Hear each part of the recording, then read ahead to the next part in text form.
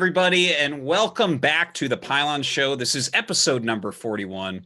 I'm Artosis, hopefully soon to be joined by Jeff in control. We don't really know. He's jet lagged right now because he was in Katowice.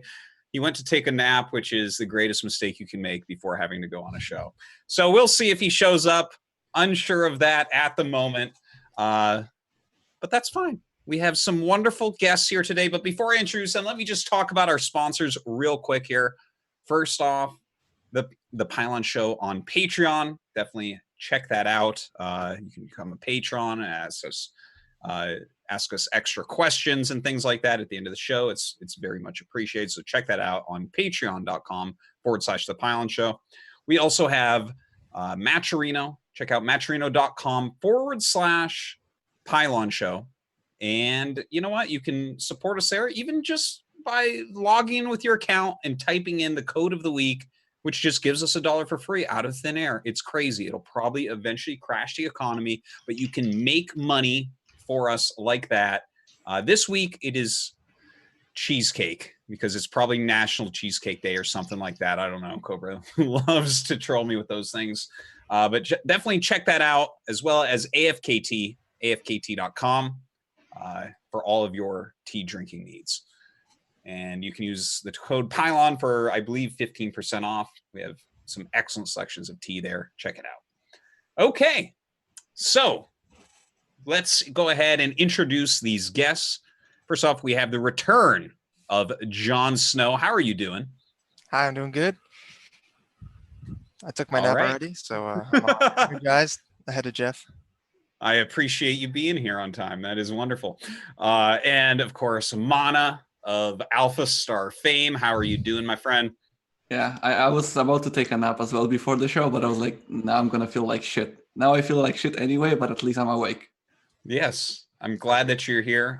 For anyone wondering how I got Mana on at such a bizarre time, I told him the wrong time for the show. And so he showed up and like, oh no, we're not going live yet. Sorry about that, Mana, but I'm glad that you're here. Gonna make this show great, man. it's gonna be fantastic. All right, I'm gonna run through at light speed of this week in StarCraft just real quick because, of course, it is the middle of the night for Mana, and I can't stay for a super long, like 3-hour show today, unfortunately, or fortunately in Mana's case. So let's go ahead and just jump right into it. This week in StarCraft. Okay, we have the Banshee tournament number 16 coming up. Of course, that's Zombie Grub's tournament for all the women StarCraft players. You can check it out at theBanshees_SC2. The next tournament will be on March 9th in a couple days. All right, there is a Cocktails and Cannon 2v2 tournament. Looks like some sort of weird drinking tournament. If you want to know more, check out the show notes. We also have Ladder Heroes continuing forward. It could be the last season. We're not sure about that. Definitely support some ladder heroes. We have Puck and Winter up at the top of the NA ladder and Rail and Neeb up at the top of the EU ladder. You can go to ladderhero.es for more information. Man, the Protoss are really like in the top 4 for the EU. Like it's like Rail, Neeb, Shota, and Hearthstone for the top 4. The Protoss is working hard, man, on the European ladder. That's what we do. Shit, where's your name there? Well, on a barcode somewhere. Is there a rule that you have to use your real ID for Ladder Heroes? Yes, yeah, you need to like sign up with your real ID.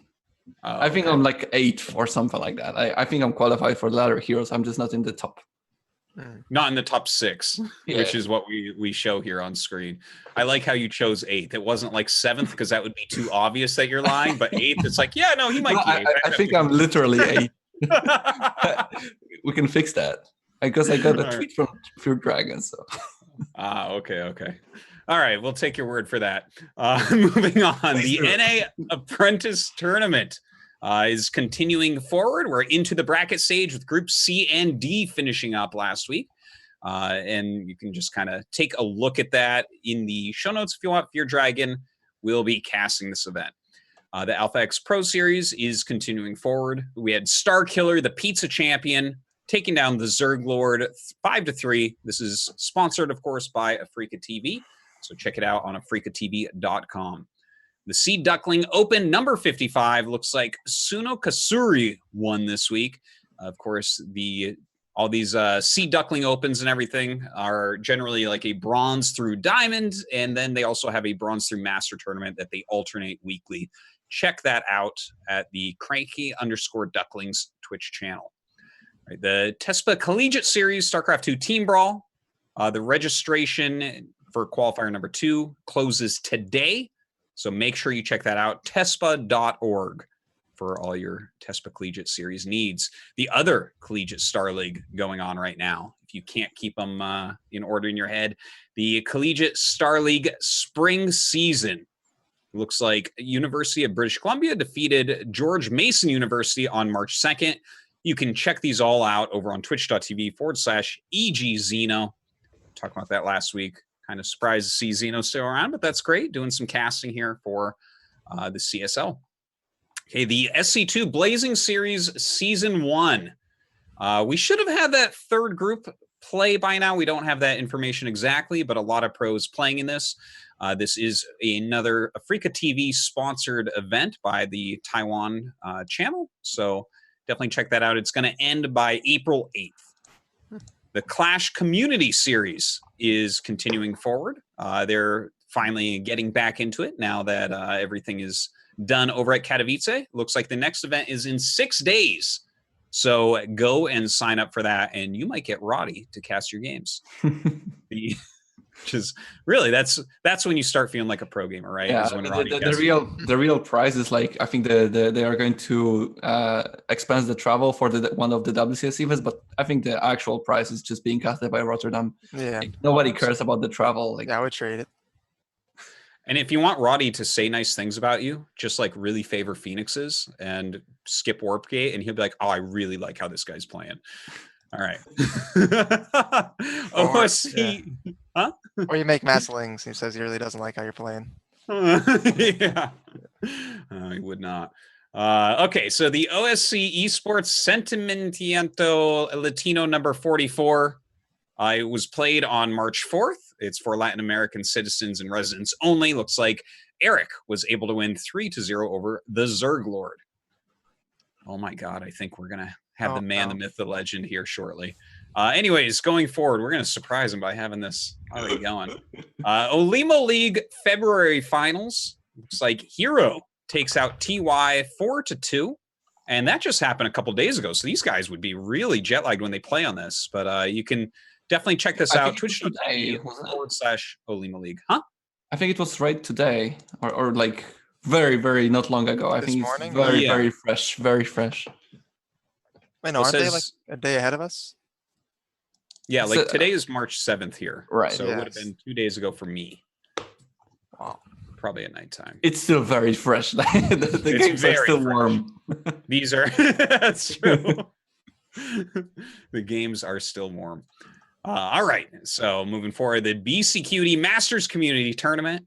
Of course, one of our wonderful guests from the Pylon Show, Beastie Cutie, putting on some tournaments on February 27th. He had Master League players that have never been in GM. So kind of a cool thing for that. It looks like the English stream was on the Wardy channel on Twitch. So you can check that out. All right. Chinese Team League for 2019. This is something that everyone kind of heard was coming, and we've seen a lot of top-end players joining Chinese teams lately. This actual tournament is going to run from April 14th to June 12th. And you can kind of look at all the player pools in the show notes here. It's going to be on twitch.tv/Wardy. So Wardy's channel is going to be the one, I guess, officially covering it. And yeah, that's going to be really great. They're going to have an offline finals and everything. Okay, the most important news of the week, of course, as always, the Pizza Pie Biweekly. They are teaming up with OSC. There's going to be points for it starting next Sunday. And that's in just 3 days. So sign up on their challenge. Okay. The OCE Sea Spring 2019 WCS Challenger Qualifier is going to be starting up here. Kind of exciting as we are going to get into the first big WCS events for the non-Korean scene coming up. So that will be April 6th through 7th. Definitely check that out on the WCS and Z channel. Africa World number 33. is going to be occurring on March 9th. So a couple days from now. You can check it out on Laughing Games' channel on Africa TV. It's going to have Impact, Gumiho, Parting, and Classic. Very, very stacked group right there. All right, on to the general transmissions. It looks like Dario, TLO, Liquid and Alpha Star fame, is back in London working with Google's DeepMind. He did make a tweet and posted a picture. Super excited to be back in England assisting DeepMind AI with their StarCraft Alpha Star project. When I find time, I'll be streaming here and there. So very exciting stuff. You know, this is something they didn't really do like a hard announce on what they were doing next, but the fact that Dario's over there doing things is very exciting. Maybe we can get some information out of Mana a little bit later into the show. Another general transmission here. Scythe Esports, I believe that's run by Toast, if I'm not mistaken. At Scythe Esports _ rather. They are looking for people for their community team. So check it out if you're interested. WESG has another interview up, this time with Cyril, in which, of course, he states that he's confident and thinks he can win. We'll be talking about that later. But yeah, check that out on WESG.com. O Gaming is starting an interview series. Their first one is going to be with Denver, and he is a very strong Zerg player from Europe. He's been doing really well lately in various tournaments. Check it out on ogaming.tv. All right, on to this week in Brood War. We have the Star God J League. If you have not checked this out yet, definitely something that you want to do. There's only English casts as far as I know, but obviously some great guys with Firebat Hero and Go Rush at the helm. You can check out on YouTube or Africa TV a lot of the old players, as well as some of the newer ones, playing in all sorts of matches here. They have 2 versus 2s as well as 1 versus 1s. A lot of great matches. So definitely check that out on Africa TV or the YouTube. All right, the BSL Season 6 is continuing forward. The round of 16 began about 1 week ago. It says on February 30th, a day that's never existed, but that's okay. Right? It only goes up to 29 days. Anyways, that's cast by Rapid, Nyokin, and Zero. And Blizzard is officially sponsoring that. So we'll get some big updates on that moving forward. The STPL Shannon Tank Pro League, run by Kix, is continuing onwards as well. Looks like Seoul beat NetWars up in the finals of that bracket. And that is, of course, the big non-Korean team league. So you can check that out. It looks like almost 600 games played so far in it. Kix has been working his ass off getting that done. KSL Season 3, the signups start tomorrow. If you want to play, it has online qualifiers before the offline, which you have to qualify for. So definitely check that out, as the online qualifiers will start on March 23rd. The AIST Season 2 AI Tournament. It looks like Velocirandom, I get it, beat Locutus 3-2 in the finals of that tournament. And the AI versus human match will be in mid-March. You can check out Antigua's page. We have, of course, links in the show notes for you to go ahead and click on, find it easily. The Undermined podcast number 13. This is the AI-focused podcast that is being made. It's on YouTube as well. But this one had Fear Dragon in it, if you want to check it out. It's kind of all about the AI and what's going on. All right, this week in Awesome, there are some bundled things in the StarCraft 2 store. The Swan Machine Bundle, Vorazun Nerazine Bundle. Check them out. Things going on sale. You can get them cheaper. All right. And this week in Awesome, I Am Favorite Moments recap. Maybe this is the appropriate time to play our little video here of none other than Jeffrey John Vincent Robinson. Honestly, you can take it any one of 2 places, really, for both players. Oh my. The question, of course, is what kind of attack paths are you looking at when you guys? But yeah, it's kind of third base. Where do we attack from, Jeff? No, honestly, it can come from anywhere, but a lot of times, All right. Whoa. you know what? You can kind of you get the idea. Can we just? Yeah. Are we done? Are you done, Jeff? Yes, and with plenty of fourth base options as well. you know, oftentimes you think about taking the middle one, but that's a little bit too central. You don't want to hang it out too far out in the middle. You kind of want to go off to the side. Don't hang it out. Yeah. But again, the question becomes, where am I going to get attacked from? And it's a lot of times. No. Do I have to get the co out again? Well, anyways, this has been a really nice walkthrough on Kairos Junction. Hopefully you guys have a better idea of how to expand and where to be attacked on from this map. Oh my God, that pylon. Please don't. Completely not ready for that. No, not like this. Artosis, shut your eyes. No, not another one. Oh my God. The double Artosis Pylon? Yeah. Todd, I've been crunching some numbers. You want to hear something gross before we do these player intros? Sure. Rainer, 16 years old. Creator, 22. Add their ages together, 38. Guess how old Artosis is? Yes. He's 76. which is 38 times 2. So it's just these numbers, man, that are hidden in this beautiful game. Amazing. Anyways, our observer's getting impatient. In the top left-hand side from Italy, it's the young man, Rainer. Oh, we got him. Nerchio's first child. Goblin eliminated TLO, actually. He's going up against Hero now, but Jeff makes fun of us if we bring up Goblin too much. I hope you heard that. It's the Overlord, and the Overlord she tells you not to worry about. This is like sieging with a slingshot against a family of lions. It's like... So here's the thing. Greedy. So I'll tell you right now, there are Terran players out there that are right now mopping their salty tears off their keyboard. And they're like, I need to tweet about this. I'm really upset. And one of them's we got him here. So DeMuslim normally would occupy about 40% of that, but he can't because he's hired here. But I'm looking at you, Hero Marine. I'm looking at you, everyone else. They can't do it. Don't do it. Maru played stupid. It's his fault. And with that, it's time for a break. Thank you very much, Jeff. I appreciate that. Do is purchase this war chest and watch StarCraft, and I'll unlock things. That's true. Jiminy Christmas. That sounds amazing. Jiminy Christmas. And with That Jiminy must cost like $100 or something, right? No, it does not. How much does it cost, James? I can't remember, Jeff. Neither can I. $29.99 for all 3 races, $9.99 for 1 race. Wow. And with that one, we're definitely going to the break. Thank you very much, Rotterdam. It's time to go to the break. All right, gentlemen, I'm going to leave you with this one. It's a qualification series. The winner moves on to the round of 24. Oh, I think he actually left us with that. Did you leave us with that? Does it go to us? We are totally on camera now, Jeffrey. I just that kind of handoff is like, yeah, I don't even know. He's like, I'm gonna leave you with this declarative statement, and then he like walked away, and I was like, What's going on? Milady, thank you, James.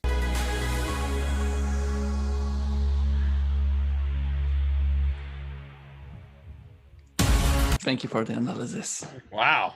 Big big cheers to Frudgy for putting all that together. Woo! Jeff, welcome to the show. How you doing, buddy? You jet lagged? Yes. It's good to be here, Dan. All right. Well, that's this week in StarCraft. I'm all done. Well done. I came for the best part. Yes. We ran through it quickly. So, yeah, here we are. How was Katowice, everybody?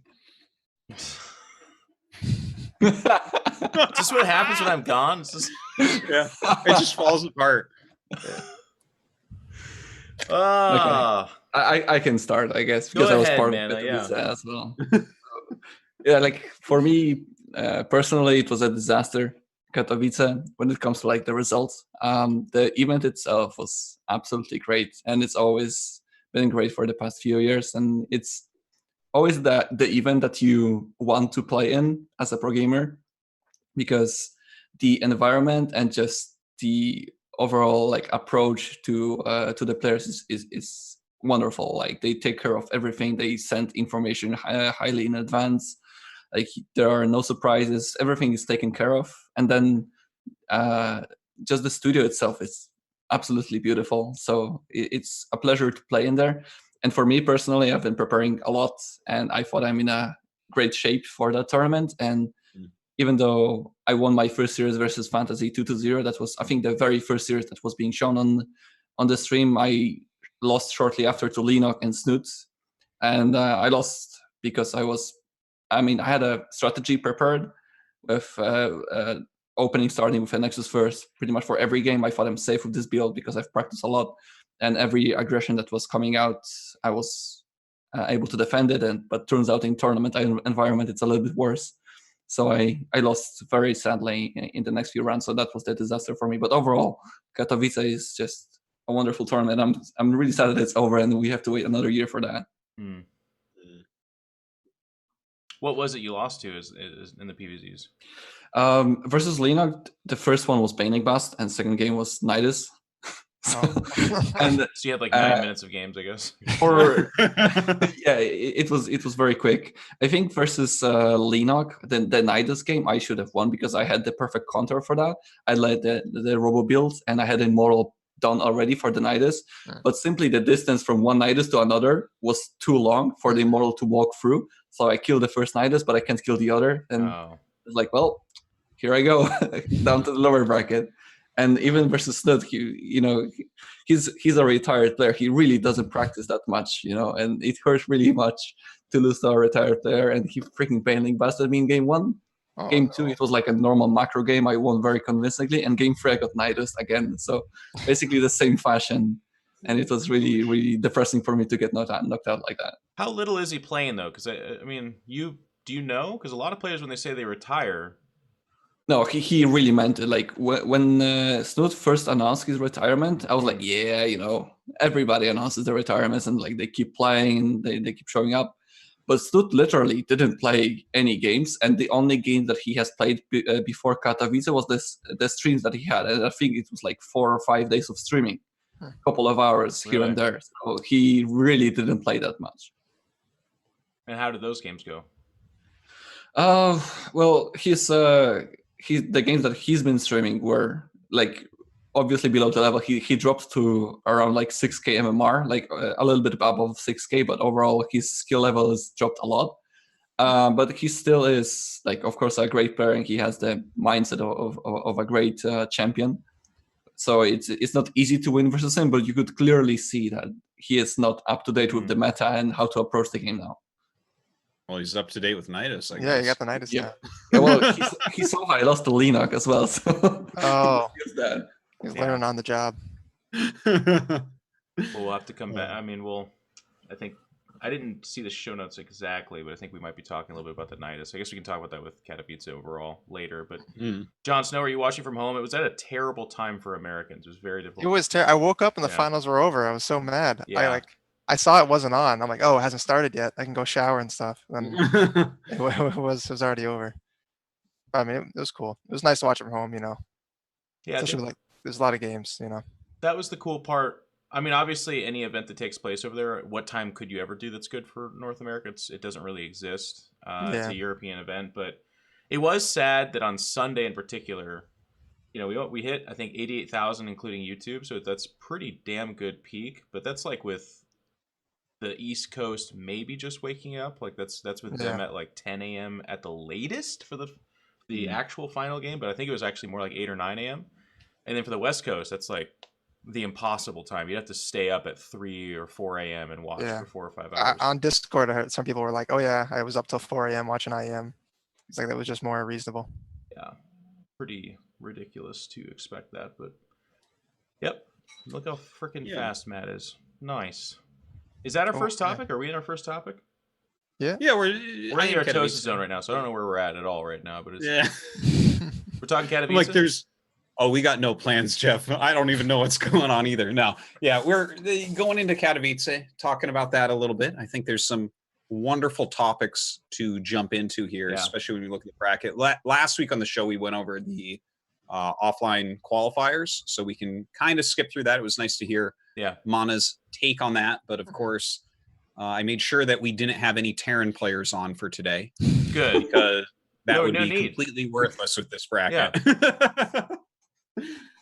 But okay, so let's take a look at the playoff bracket, and there's a few things that I wanted to kind of pose to you guys as questions.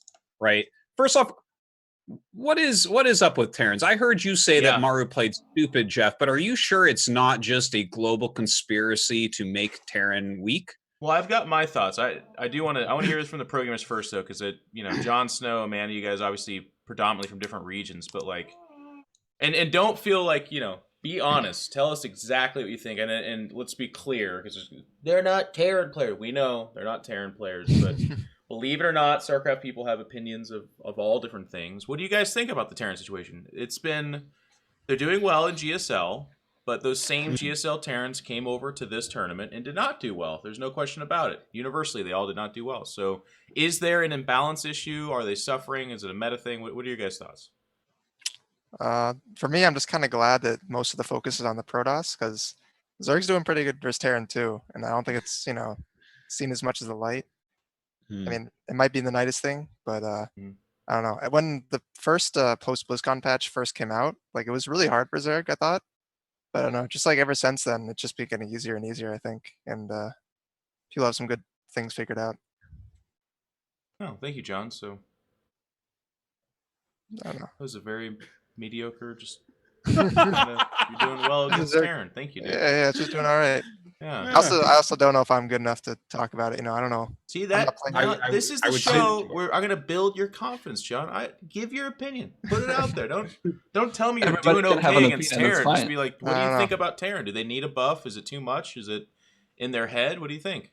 I think NA Terrans need a buff, but we'll see. We'll see about the Korean Terrans. Okay, man, we're looking for more from you here, but yeah. Okay. I mean, I think I want to comment the most on IEM Katowice Terrans. I think the way that Special played against the Protoss, like of course he had a very tough group with all 5 Protosses, and I think he's a great player when it comes to TVP and preparing, and I think his matches were very close, especially versus stats. His games could have been different, and he could have advanced from this group if it wasn't for a couple of minor mistakes. I don't think it was a balance issue or anything like that. That he was in a position where he could have advanced from this group. It was just a couple of small mistakes. Maru, well, you basically said it yourself, Jeff. He played stupid, as you said, and there were a lot of micro mistakes and mistakes that he did in the series versus Protosses. I'm not going to comment on TVC because I don't have that knowledge, but in TVP, he simply played bad. He played worse than his opponents, and he deservedly lost in that. When it comes to TY, Bunny, and Ufernal versus Deer, I have actually analyzed the replays today or yesterday. I was watching the replays. And man, Deer did look strong, as really strong in PvT, and it looked like he simply countered the style that TY, Bunny, and Ufernal did, because the way that Deer has approached this series, from my point of view as a pro gamer, is that he didn't play Protoss versus Terran. He plays Protoss versus the specific player. Versus TY, he played differently, versus Bunny differently, and Ufernal differently. And all of the styles that he has used had some similarities, but overall the strategy that he chose were perfect counter for the series, and he won everything 2-0 very convincingly. So while I personally struggle a little bit in PvT, not due to balance reasons, but just the lack of practice of Terrans that I have in Europe, and overall it's just the least played matchup for me. I still think it's a lot in the head of the Terrans, that they're like, well, what can we do? Like, well, we just have to complain, and that's all we can do. And I've been practicing a lot with Kalazur, for example, and I think he won like 15 games straight versus me, and I really, really struggle versus him. So I think it's like absolutely possible for Terrans to win. If Protoss is favored, probably everybody's saying that, and what turns out is the right thing to say. But is it impossible? Absolutely not, and it's very close, much closer than a lot of people simply comment on that. I think it's a combination of things. I think what JonSnow said and what you said has a ring of truth to it too. I think the Nidus is probably a little bit too strong right now. When Zerg players start saying that, that's when you kind of know something's too strong, because usually they keep their mouths pretty quiet when something's really good for them. But I think it's really funny, because this is one of the first times where I think an actual meta propped up something bad for a race.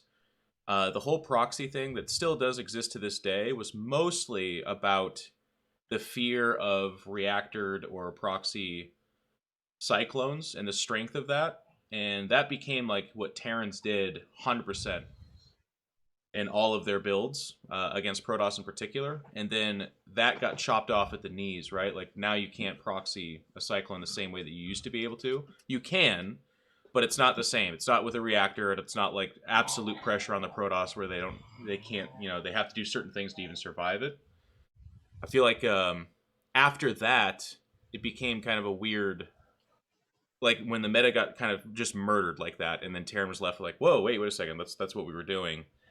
There's this huge drop down time where they have to readjust, but also they're still doing proxy stuff, but everyone, this happens in StarCraft all the time, they've picked up on the meta. So it doesn't have the same fear, right? Like Protoss aren't freaking out and changing their builds entirely because they don't see where the barracks is anymore. And they're getting better about reacting to it. But also, like I said, it's a lot weaker. It used to be, oh god, I don't know where the barracks is. This could be reactor, 2 factory cyclone, which will just actually kill me if I don't do one of 2 things right away. Terrans don't have it anymore. When you scout that barracks and it's not there, you're like, that's fine. The Reaper's gonna get here a little bit faster. And then... Yeah, you just need to adjust your build a little bit, but it's not as crucial as before. Yeah. Because in the proxy meta, there were so many different proxies that required different reactions from the Protoss player, and you couldn't even know if there's a CC behind or not because there were so many units out on the map that you didn't have a possibility to scout as well. So yeah, you're absolutely correct. But they also over-nerfed Terran, I think.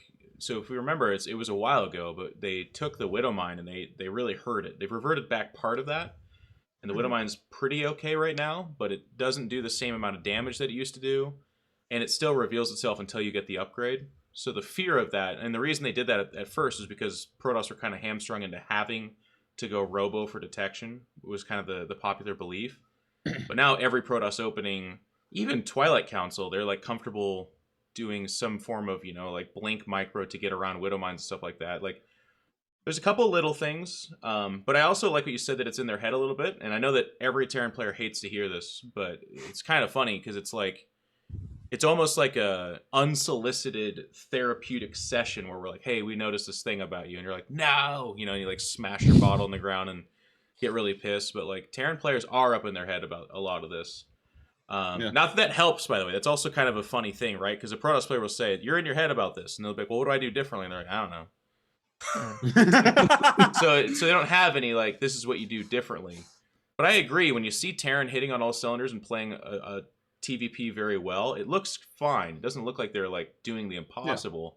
But at the same time, you watch some of these series and you're like, they loaded up 4 medevacs and they scanned and saw that there was there was like a cooldown on the stock, or the gateway's coming to an end, and they're just going to warp in, and they have 3 Templar there, and they went for the drop anyways because they think they have to, and then that's just kind of the end of it. So it's kind of rough because the Terran playstyle has always been, since the Age of Brood War, it's like, if you lose everything, you're out. If you you just there are also a few series in the offline brackets. I think especially the series that I was discussed myself about TVP was Alive versus Hero, where Alive should have won 2-0 and he was up 1-0 in the first game.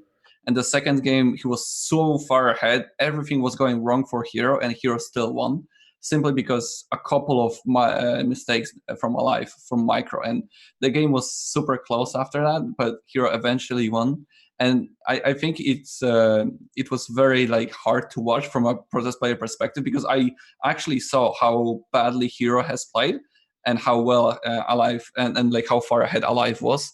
And Hero eventually won in the end because, well, just a few smaller mistakes happened from the Terran side. Even though he was super far ahead, eventually Hero won. And that was like very difficult for me to watch because I knew what is going to happen on the Twitch chat and on the Reddit. Like, do you see this? Do you see this? Like, it was hard, but like Alive could have played a little bit better. Guys in the chat, whenever we talk balance, there's always got to be some idiot that like nominates himself to be the sacrificial lamb. So that's going to be you, Rianco. Oh no! Like you gotta, man. Resume in a second, but just like whenever we talk balance, guys, there's always going to be someone that feels like standing up, picking their nose, and farting, and being like, "I hate everyone because you don't have the same opinions as me." It's like, just fuck off, like just get out. So, anyways, Mana, go ahead, please. Yeah, that's basically like I found that the series a little bit of like a balance issue in there, but I couldn't point out what was the actual reason for Hero to win or for Alive to lose, other than just a couple of mistakes that Alive did when it comes to like ghost control and stuff like that. But overall, that was like the most I could definitely understand the Terran's point of view. Like, what can we do if this series goes that well and he still loses? Like, what can we possibly do? So I could somewhat understand that. Okay, so first off, I gotta mention what Jeff said at the beginning. Like, Terrans are doing very well in GSL, and we've talked about it on the Pylon Show a little bit before. Especially, I think Thermal was talking with us about prepared versus tournament. Prepared versus weekend. Whereas, like, for instance, Zerg is very good in weekend tournaments because you just kind of play a general reactive style, and then Terran, you really want to prep. So I think that's probably part of it. It really makes a lot of sense. It kind of gels in my head. But also this other thing you were saying, right, where people are not reacting necessarily. And Mana, you just said that you can't point out exactly, it like seemed kind of imbalanced, but you can't point out exactly what it might have been. I think that sometimes people have in their head that certain things have to happen, but they might be valuing certain things differently in the matchup from how they should be valued. Like, so kind of like what you were saying, Jeff, where some Terrans won't switch up. Like, the most clear example of being unwilling to switch up and crying imbalance was when Phoenix Adept was the biggest thing. Every Terran on Earth was certain that this was imbalanced, but all of them were doing the exact same thing, which is exactly what Phoenix Adept countered, which is consistently moving out drops against Phoenixes and using small amounts of bio against Adepts. It was like just completely, it was just wrong. It's like, that's not how you play against that. And without any balance patches, eventually that swung around, and now Phoenix Adept is literally never used, not at all, ever, because it sucks, because Terran knows how to play against it now. But yeah, when you say like, oh, you know, I saw a couple little mistakes, Mana, like with ghost control, for instance, right? Well, the thing is, if that's what's causing the loss, we shouldn't maybe weight as much on the other things that occurred. Where, like, in general, a lot of the things that you would see from a live versus hero, yeah, he did these things well and these were good. And generally you'll value those really highly as what you need to do to be able to win a game. Whereas sometimes it's just these very crucial things. This is something that I run into and whine about all the time in Brood War, where it's like, I'll do a billion things better than Protoss, but an Arbiter gets in and recalls, and I lose. And I rage about it because I'm a rager and stuff. But realistically, it's like, no. You don't need to necessarily do a million things really well early on. I mean, obviously it's good and it's helpful, but there's one or two super major things that you can't mess up. And I think it's okay for matchups to have that. You just have to be able to identify what those are and really fight against them. I think, I mean, it's a lot of things, and I definitely think we'll probably have like a Terran episode where we can talk with Terrans about this, because this is a ongoing thing a little bit, and it's not going to be hand waved away with like, they just need to do this one thing and they'll be different. I definitely think the meta's weak against them. I think they were propped up, like I said, with the bad meta. And then I do think probably Protoss is favored against Terran, but like Mana said, not so much that it's like impossible for them to win. We had this tournament with some pretty bad results from the Terran players. But I mean, there's some other things too that you can look at, like special in that group, 5 Protosses. Are you fucking kidding me?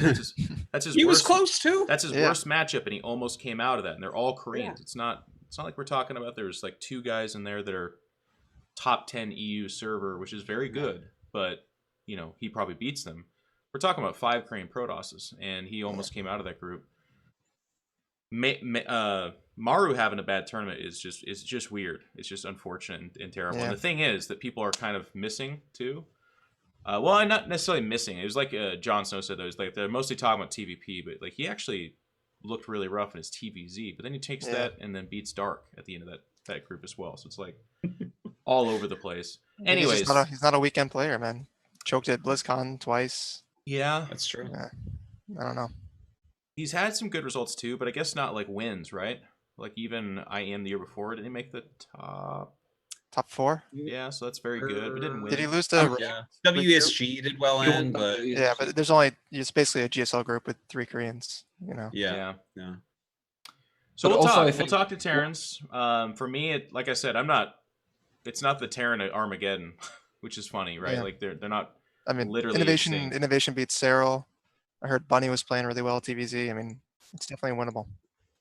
When Dan was giving his analysis, one of the matches I think that I've been trying to tell people to watch this. I don't think many people have, but if you watch Gumio versus Ragnarok, I could see Terrans being very mad. Not necessarily at the balance, but just like the way it pans out. Gumio was fucking all over the place, attacking so well and killing. and Ragnarok just refused to die. He was down 20 or 30 supply the entire game and then just won. So I think it is a little bit of playstyle stuff too, which has always been the case, by the way. It's been going on. That's always been the case, right? Like Terran's, like Dan said, even since Brood War, which he still plays now, but way back in the day, 2001 and 2, the way Terran plays, when they lose, it's like you knocked over their sandcastles, is what I've always said. It's like, they're like, holy fuck, I've been building that for 40 minutes. And you're like, I know. I don't care. You're like, oh my God. Very true. It's a little bit different in StarCraft 2, but there's a lot of that going on. So, like I said, we'll get some Terrans on here. We'll ask them about it. Like everything else in this show, sometimes we ask each other questions about StarCraft. And even if we are not Terran players, we can still talk about Terran balance. That's what we do.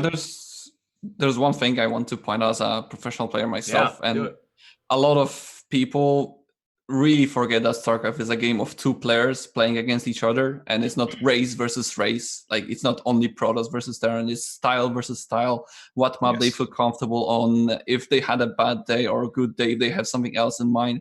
Like, if you're a notorious balance winner and you think, oh, I can't do anything about this because I'm playing against Zerg, you absolutely can do better. Every pro gamer can play better than they are right now.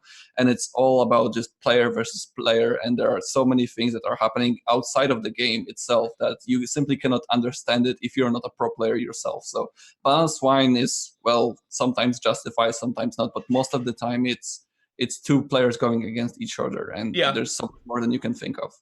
I absolutely agree.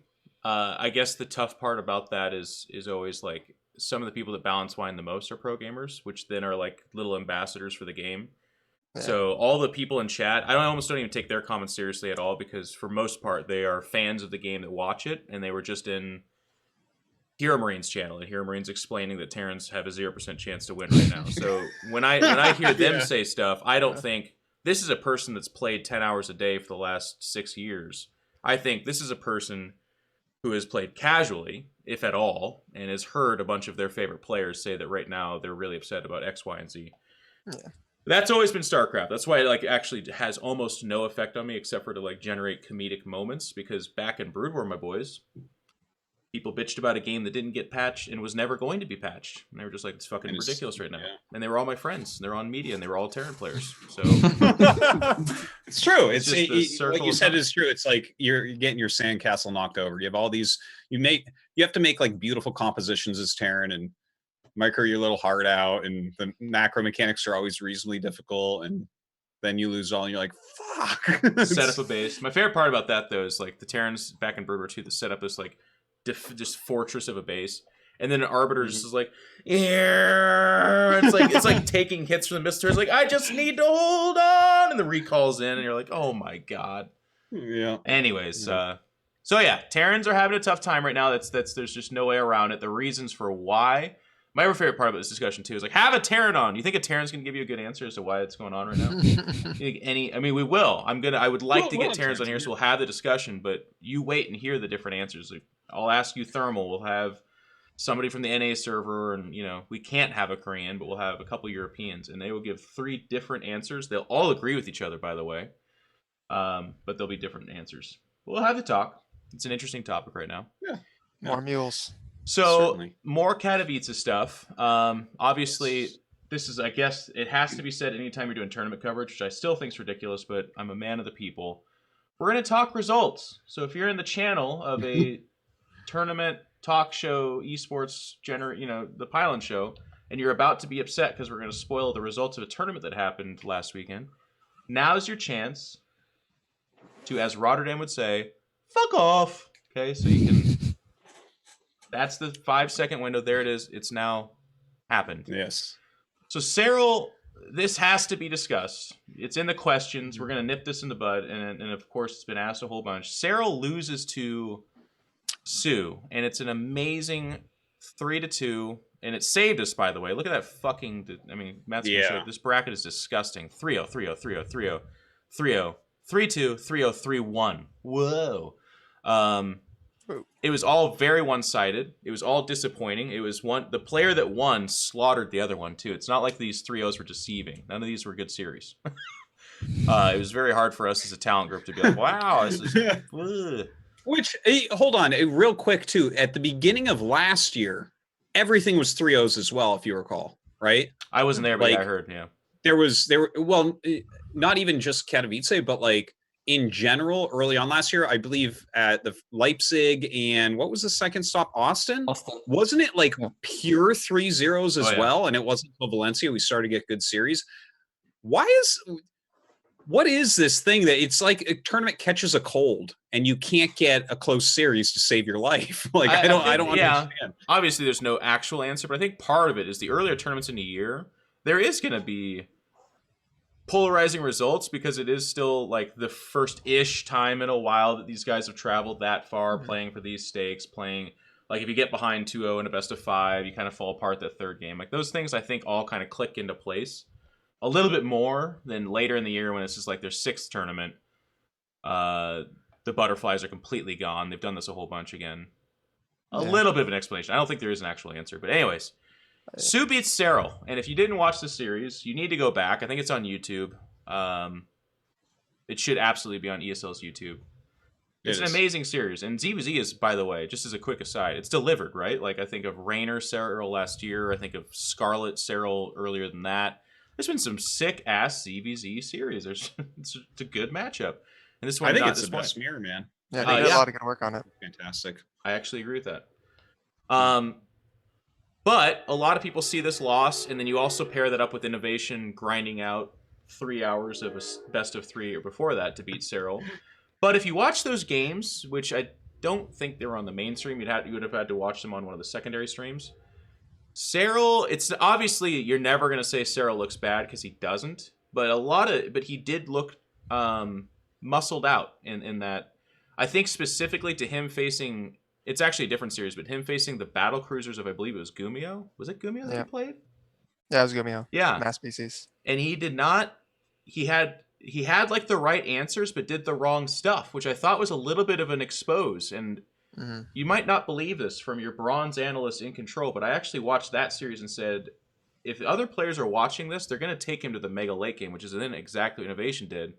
Because he built a bunch of corruptors against battle cruisers. He had like 4 infestors, but instead of going for infested Terran, he went for neural parasites while above ground, not even burrowed, which he had the upgrade for. He just didn't do it. So it's a little couple of those like weird mega late game things that you're actually supposed to do. He just simply did not do, and then Innovation took him out, and then he loses to Sue.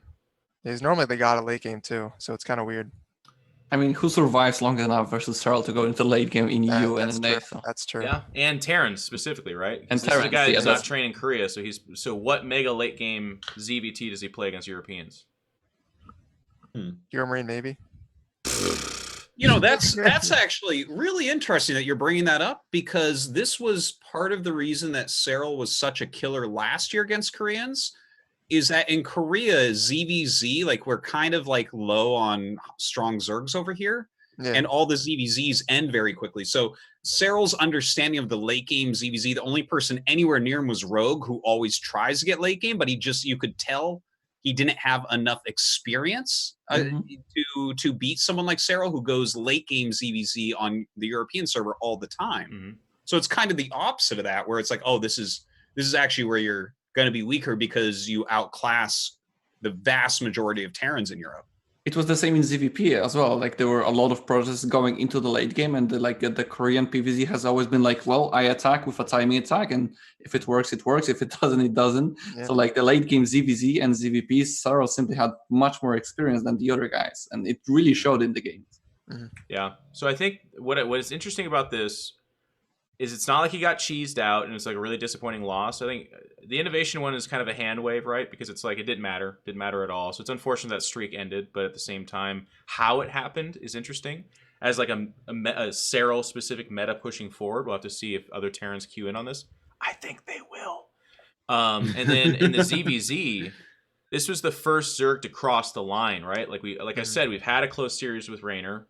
We've had close series with even Rogue to a certain extent, Scarlet, these other Zergs, but they just have not gotten there. And we've had these epic bend but don't break games. Sue and Cyril, every freaking game was a struggle, and yet Cyril came out the worst for it. He lost. So let's get the obvious one out of the way. People are asking, is that it? Is that the end of Serral? Is he exposed? Is he washed up? But Zerg. I think we all laugh. No, of course not. Sue goes on. Sue goes on to win the tournament, and he was playing insanely well. He was just playing insanely well.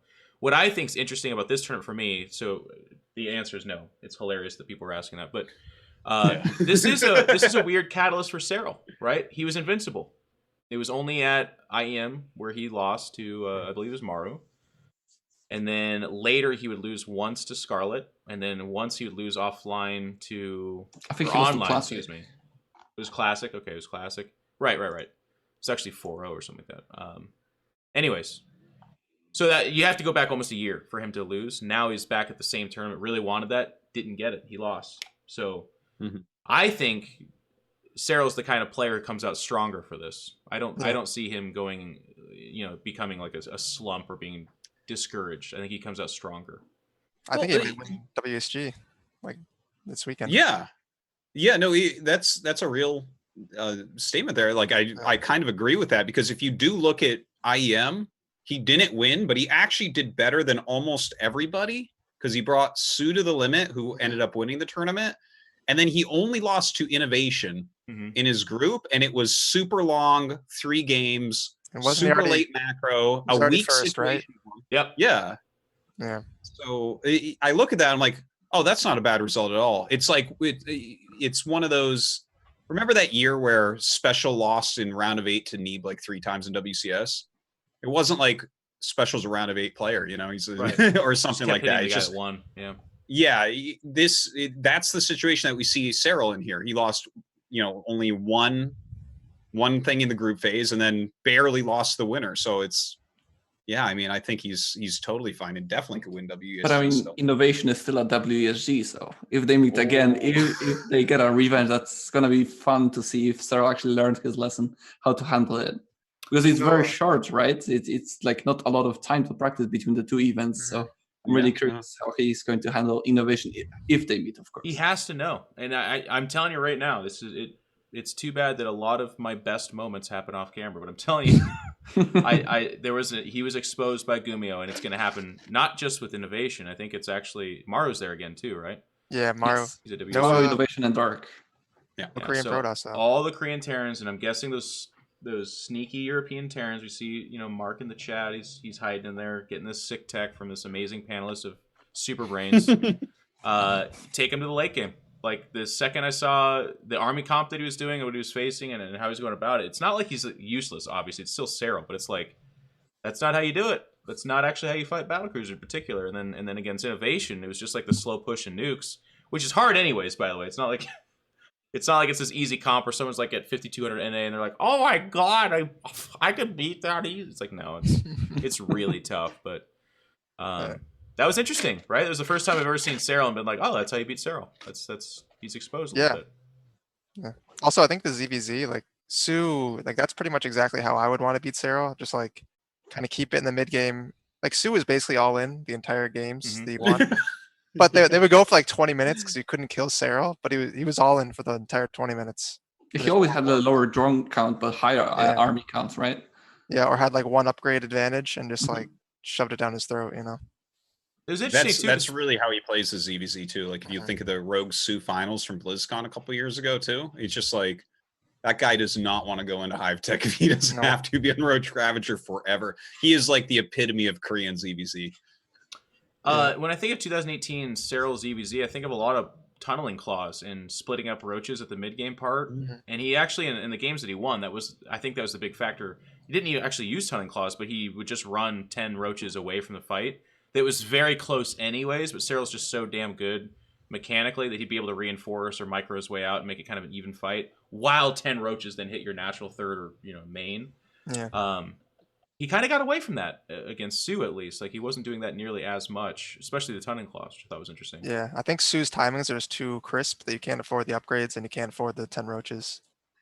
Probably like, versus non-Koreans, you can get away with that, but like for Sue, it's just a difference, Very interesting. So that'd be cool pushing forward. So then I guess one of the last storylines we can wrap up Katowice with and talk about is Sue winning, getting this gorilla off his back. It was obviously an absolutely magical moment. I don't think there was. If you know, it was kind of funny, right? Because if you know what's going on, I don't know that there was a dry eye in existence when you witness this. Obviously, I thought Smix did an incredible job. She's getting a lot of props online and stuff like that, deservedly so. I love it when personalities show emotion, and it's not like she tried to show emotion. She just was feeling the moment, right? And it came. But Sue, 1 and 9 in finals, and the 9 must be in a row or close to it. It's pretty terrible. It's like 6 GSLs in a row or whatever. Yeah, finally wins. Well, he's the ultimate second place player of all time. It's just so crazy. Yeah, I mean, it was definitely a touching moment when Stats is up 2-0 though. The fact I loved what he said in an interview, because it's really the only way he could have won, where he's like, oh no, is this just who I am? And which I think he asked himself each time, but the decision to just show everything he has, that's incredibly hard to actually do in a professional match.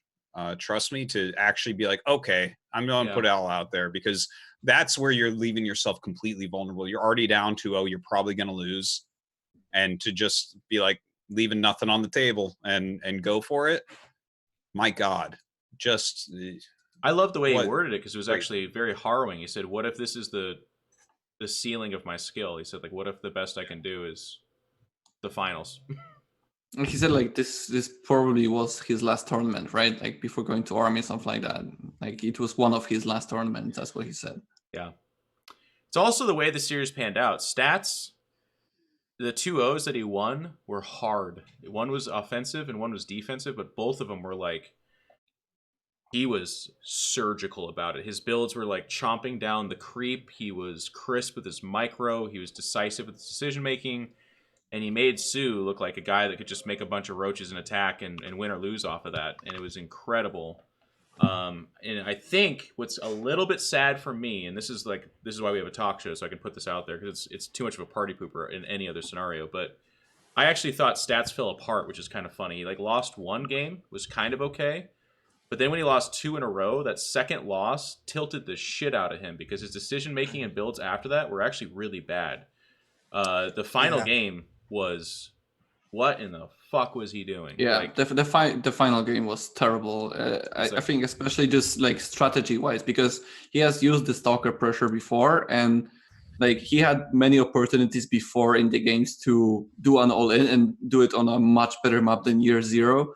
And the way that he executed this all-in versus what Sue already had, it was the worst possible timing on the worst possible map to do it on, and it simply fell apart. Like, it didn't make any sense in the series. In every series, he's harassing Sue, and it's not like Sue's being ultra greedy and like staying on lings or something like that. He's maxing out in response to this Warp Prism harass, and he's like, you know what?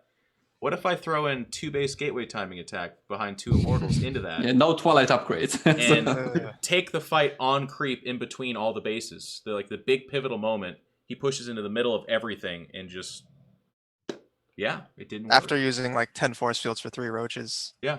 Yeah, he had like 12 sentries in there. Like the idea of the build is okay. Like, you can do that, but in the position that he was in this series, it was far too late and far wrong map to do it on. Yeah. I said it looked like a rail build. It's a Verdi game. Might as well. So that part was a little bit bad, but it still was such a magical moment that I don't think it really mattered that much. And obviously, we didn't spend an hour afterwards breaking down how bad Stats just threw that final game, but like, which is a good thing for sure. Yeah. it would take away from it. But on that point, actually, because Stats is a little bit of a Silver Surfer himself, right? Like, this guy has more second places than almost anybody. Because Brood War has such a long history, we actually have a set of people that this is reminding me of it, watching like Stats and Sue, because these guys get so many second places, but now Sue has beaten Stats. It's not coming off the top of my head, all the victories that Stats has, but it's not many. It's mostly second places. But for instance, in Brood War, right, there's a set of players that are champions, but they're mostly second placers. Like, they have tons, like 5 second places for every championship or something like that. And they've only beaten each other. And it's Jongbi, Fantasy, Stork. And all of them have a ridiculous amount of second places in tournaments. but then could beat each other when they both hit the finals. And that's how they would do it. So this thing where you're saying like stats fell apart, I'm just wondering if we're going to develop a set of players like this where like if they hit Maru, they're fucked. It's done. Like Maru wins, right? Because he's like a champion's champion who beat anybody in the finals, no problem. But maybe we might see something like that develop, right? Where it's like the guys that kind of choke in the finals have to hit each other to win their championships, not to take anything away from them, but it's a different situation. It's right? fascinating. The Final Four was all that. Like nobody talks about Dark this way, but Dark has a bunch of second place finishes. Yeah. All four of them, we were like, actually, whoever wins is overcoming a pretty big thing here. Yeah, I was kind of happy whoever won because like, except for Stats actually, I thought Stats was kind of like it's a kind of boring storyline because he's so dominant and already, but I don't know. I'm finally winning a tournament after being in the finals of GSL versus the World, losing to Serral, and the finals of BlizzCon, losing to Serral, another PVZ for him. So maybe finally winning a PVZ in the finals would be a great story to finally break the second places. But I think also one of the champions, I think Rogue, if I'm not mistaken, hasn't lost a final ever, if he was in the finals. So he's quite dominant in the finals as well.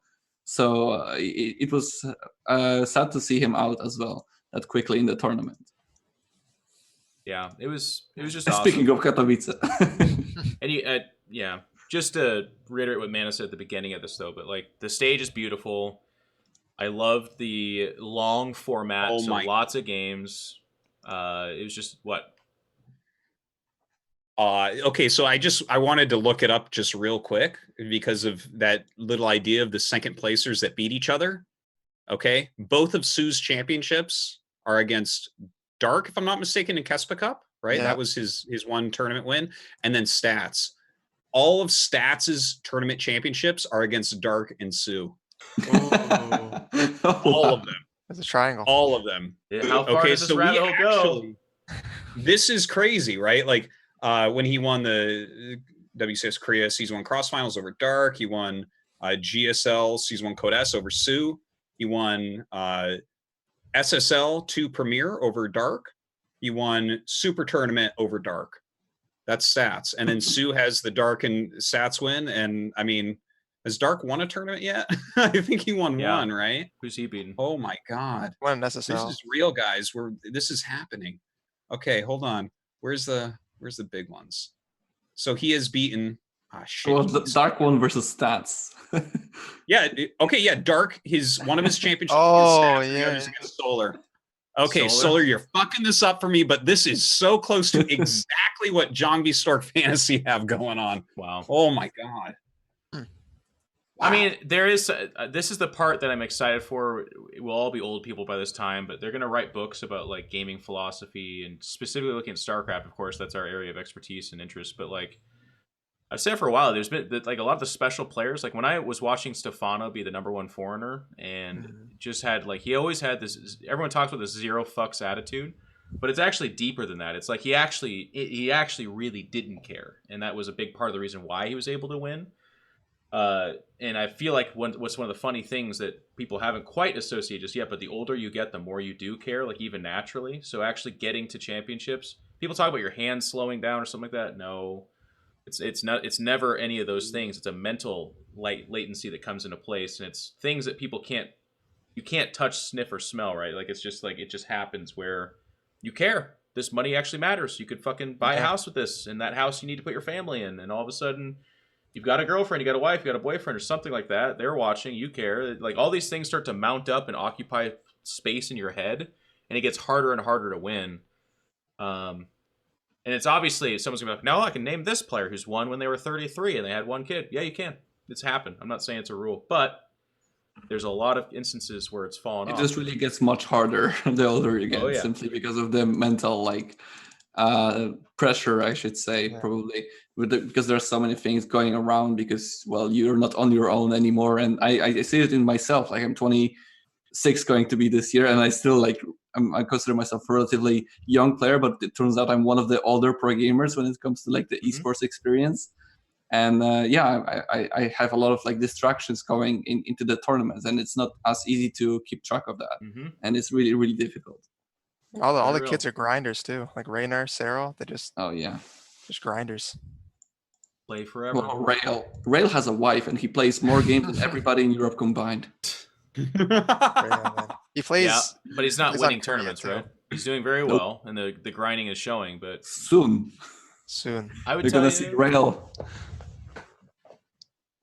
Maybe it might kill Lambo. Some go for StarCraft 2s, man. Yeah, okay, that's not quite what anyone's talking about. Katowice was amazing. It's just a really, really, really good event. Obviously we were hoping for a Cyril Neeb final. That would be the most ridiculous thing. I saw it too in my dreams. In your dreams, it could happen. Yeah, it would be sick. But we're pretty happy with what happened. It's a long event, right? Too for us as talent, that was crazy. I just got home a few days ago after being fully adjusted to European time, so it's been awesome. I've been like pregnant, hungry at like 3 p.m. and I'm like, what the fuck is this? I'm like, I want breakfast. I'm like, but Poland's really lovely. I actually used to make fun of Carmack for kind of bringing esports there and making it a hub, but it's actually been so sick. The fans are great. The cities are really actually quite lovely. And it's just been a good event. That's so right, Jeff. man, we're looking forward to it. I like Poland. Yeah, no jokes. Yeah, keep talking, man. I like to listen to that. Yeah, that's great. It's great. You guys got a good place. A lot of pretty women in Poland too, I would say. Doesn't hurt. The Sweden effect? Not the Sweden effect. No. Shame on you for even saying that. Jesus Christ. Sweden, there are what are they called? What are the Asgardians?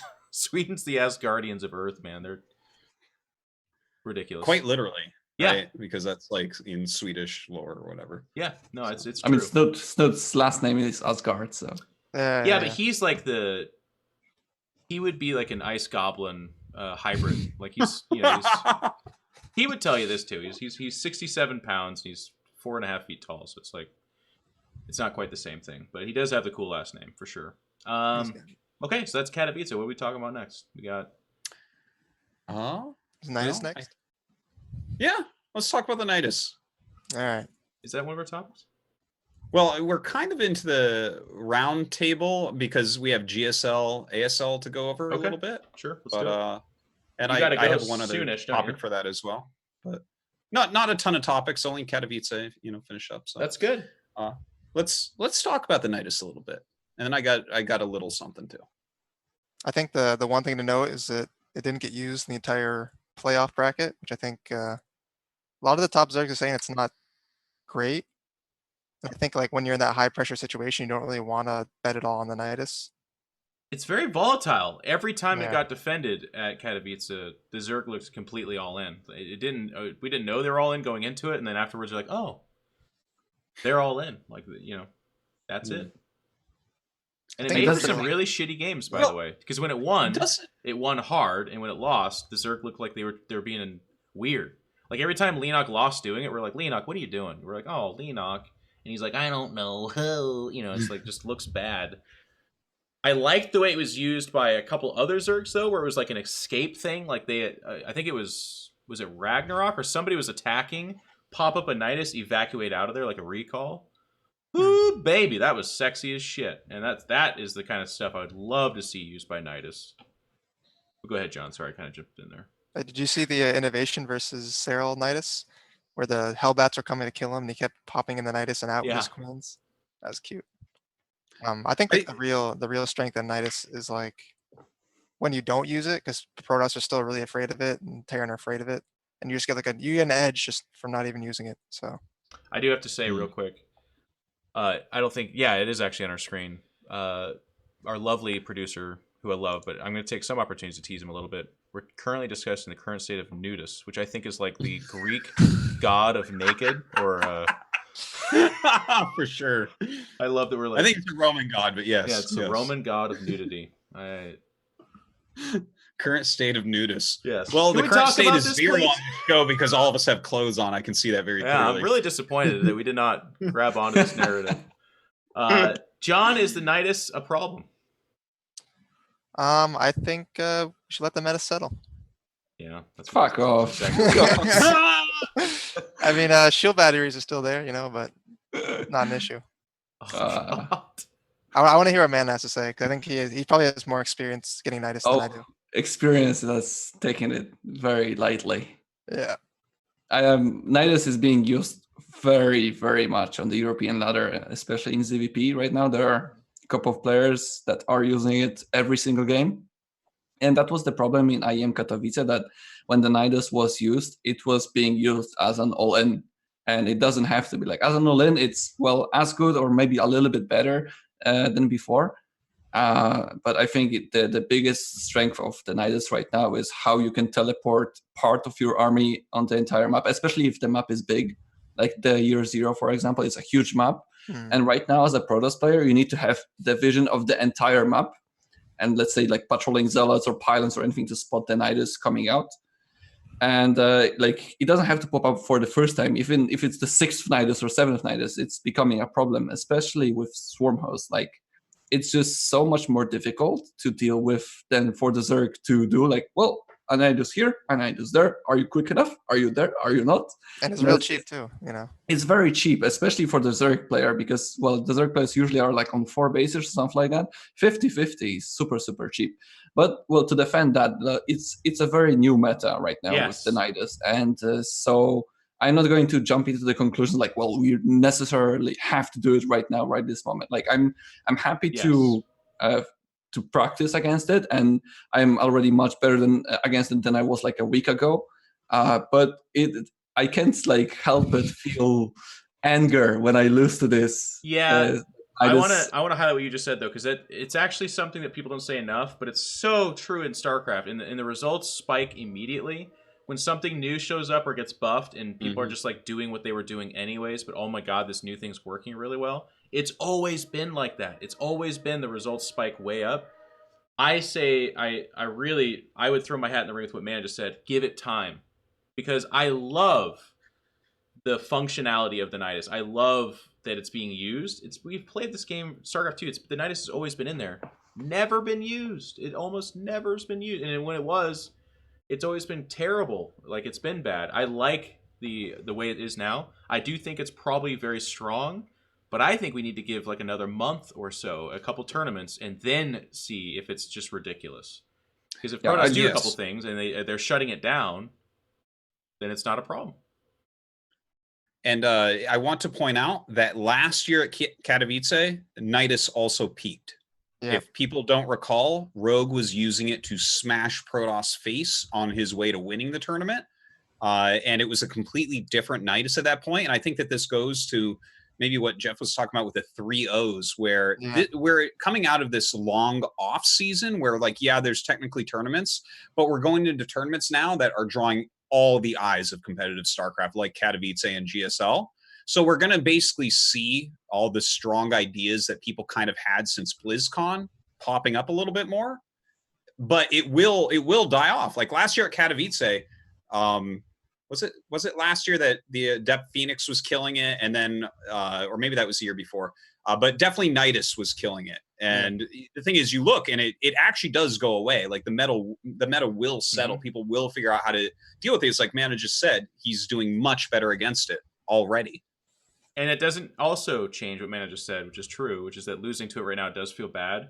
And StarCraft's such a crazy tight game that a lot of times when something is strong and you're not adjusting to it, because in your head, what you're doing was already what was good against all the standard stuff before that, it feels very swingy, right? Like something new is all of a sudden you're like, this is fucking broken. This is ridiculous. It's too strong.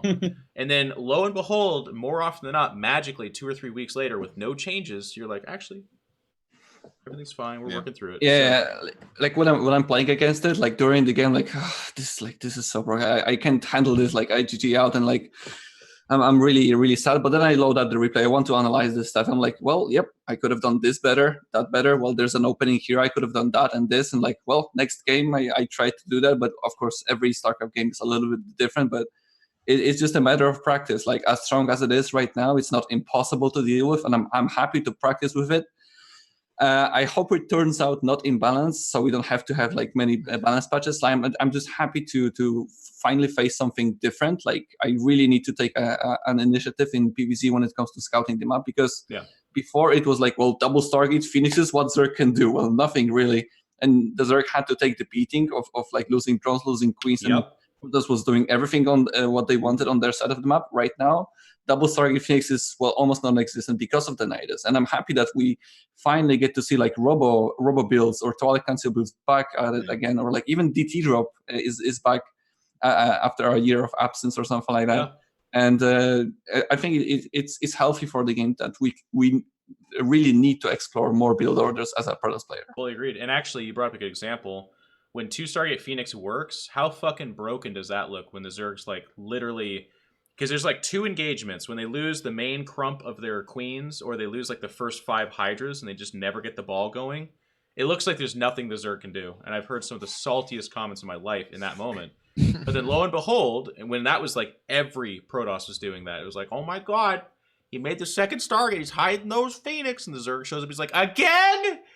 For the 3rd time in this best of 5? No! You know, it's just like every fucking game. But they made some adjustments, they're better at dealing with it. It's not even just the Nidus, to be honest with you. Zerg's just, there's like little things you have to do differently against that composition in particular, and they started to pick up on it. And it's not even that it fell off completely, because we still saw some 2 Stargate at Katowice, but it wasn't the only build we saw. Like, Koreans, they are like the great purifiers. If there's a good build, if there's something that's working, oh my god, they're so fucking boring. They'll just be like, that's all I do. That's all I do. That's what Zest did, right? In every game. DT Zest, yeah, he's like the god of boring. He's like, he'll like step forward and be like, Zest, you're so interesting and unique. And he'll like look at you and be like, do you want to say something? He's like, no. Like, okay, what do you want to do? Play StarCraft. Okay. He's the most beautiful dead soul I've ever seen in my life. But like, and PvP, by the way, now that we're on his side, Korean PvP right now, yeah, ugh, every second pylon out of their base, and they're like, what am I doing? It's like, oh my god, so bad. And then their execution's beautiful. It's really fun to watch, but it's just like, wow.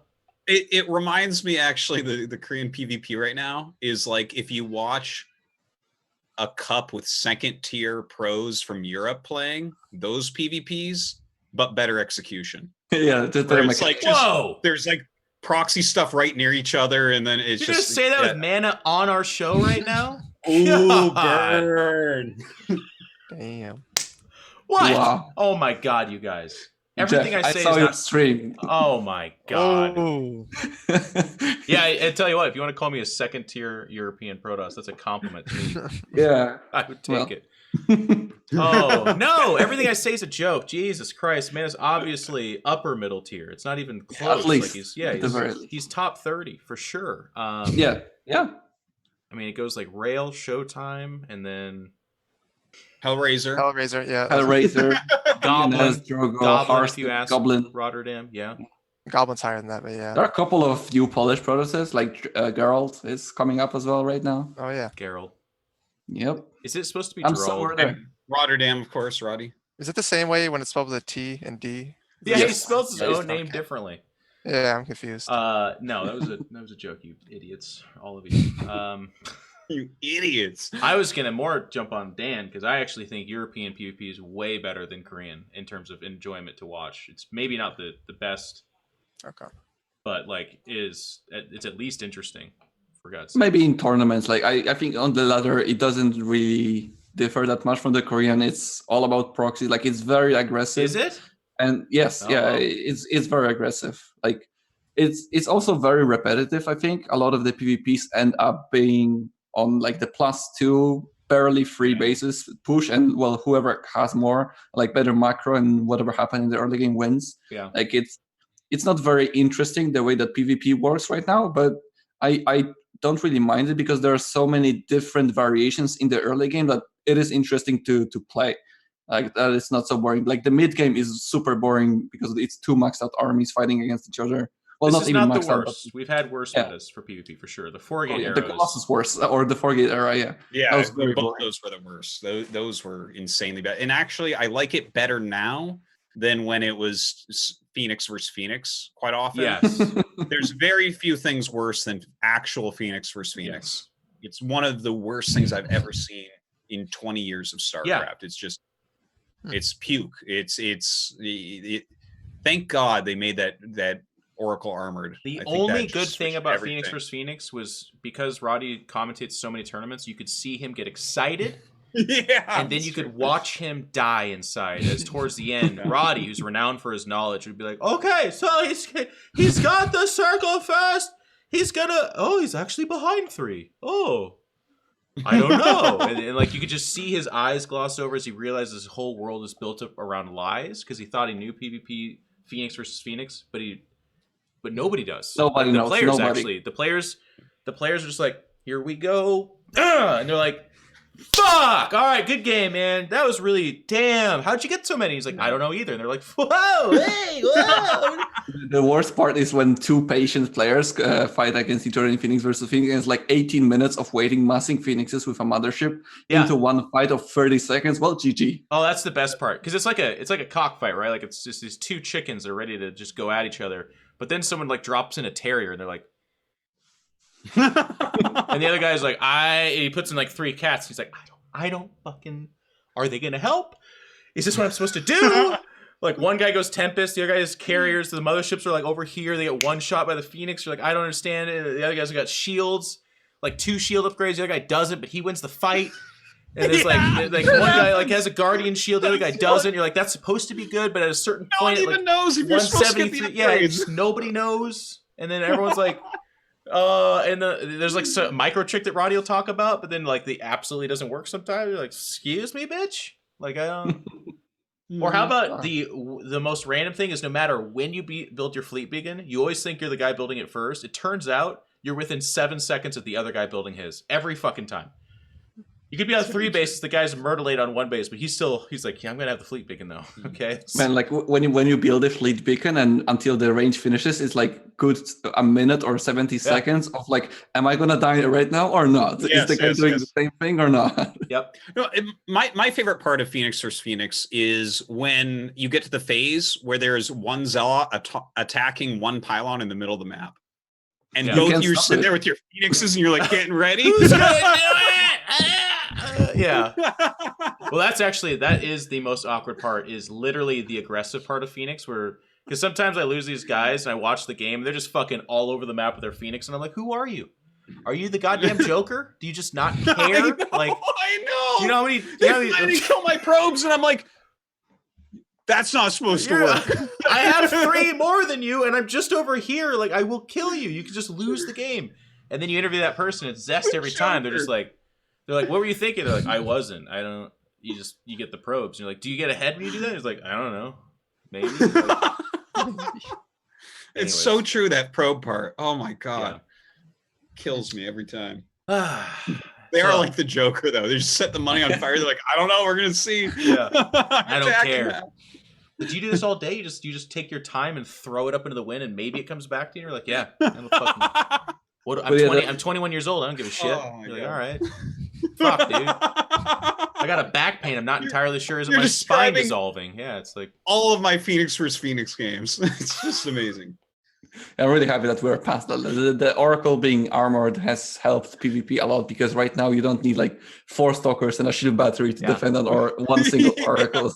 Phoenix. That's great. Phoenix versus Phoenix is like playing GoldenEye, but with like 20 people and everyone's odd job with a golden gun, and it's just like the room opens up and just 20 odd jobs run in. They're all shooting each other. You're like, I don't fucking. So who knows? All right. Thank you, JonSnow, for sitting there through that. Wow, I really appreciate that. Yeah, I think this was about Nidus's, but like, I think I went the right direction. Yeah. It's kind of similar, isn't it? Yeah. Am I wrong? I really liked Wings of Liberty PvP watching it, but maybe I was just young. 48 versus 48, you like that? Yeah. No, where you get like 1 Robo, 1 Stargate, 1 Colossus Bay, and then Colossus. The Colossus Wars, nobody understood how it works until Ray showed us. I remember right at the end, it started to get figured out, and there were some maps where you would go 8 Colossus, and some maps where you could go 10 because it was wide open enough, and it was just so stupid. The era where in all 3 matchups you just made as many Colossus as possible is so stupid.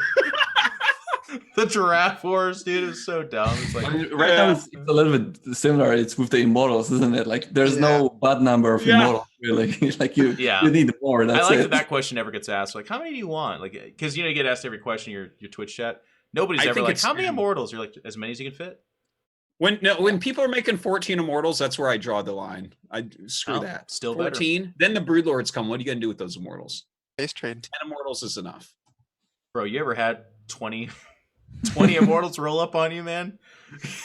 Your zealots are Pointless. just They like can't even all evaporating. shoot. They can't even shoot. What are we doing? Dude, they're incredible, dude. You should try it. Get 40 immortals. It's so sick. I'll try the 40 immortal build. Yeah. Sounds good.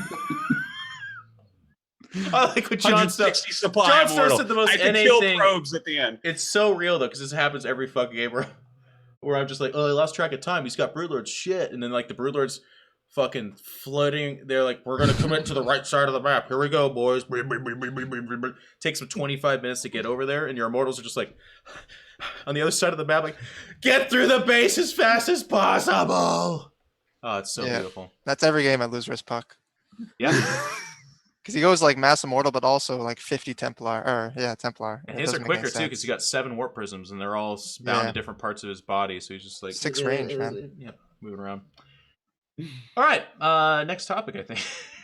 Nidus. All right. Yeah. No. I think we really solved Nidus there. I think so. Definitely. Any final thoughts on Nidus before this next little? Yeah, thing? Phoenix suck, man. What do you think? Yeah. Glad they're gone. Screw that. I like what Mana said. We'll keep an eye on it. I don't think I think it'd be a travesty if it got nerfed right now when it's like very clearly still settling in the meta.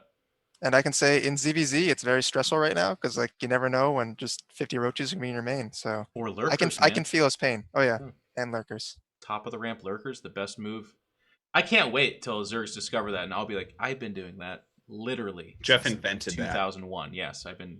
It was me and Savior actually. He shall not be named. Next topic is the upcoming WCS schedule. There's a lot. WCS winter. There is. Yeah, so we have WESG starting weekend. Like you're flying like tomorrow, right, Mana? On 8th of March. So well, technically for me tomorrow. It's a 2-hour flight for him, by the way, Dan. So he's barely flying. From Poland to China?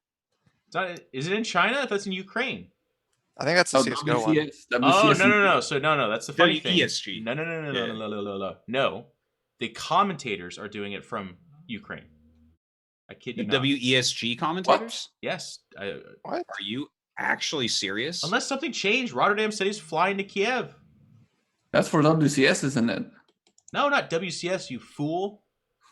That's not for like 3 months. Is Kiev just taking over? Are you such a pro gamer that you don't know when WCS is? You're like, I mean, like it's in Kiev, so I might as well. Yeah, it's sometime in Kiev this year. I don't know. Shit.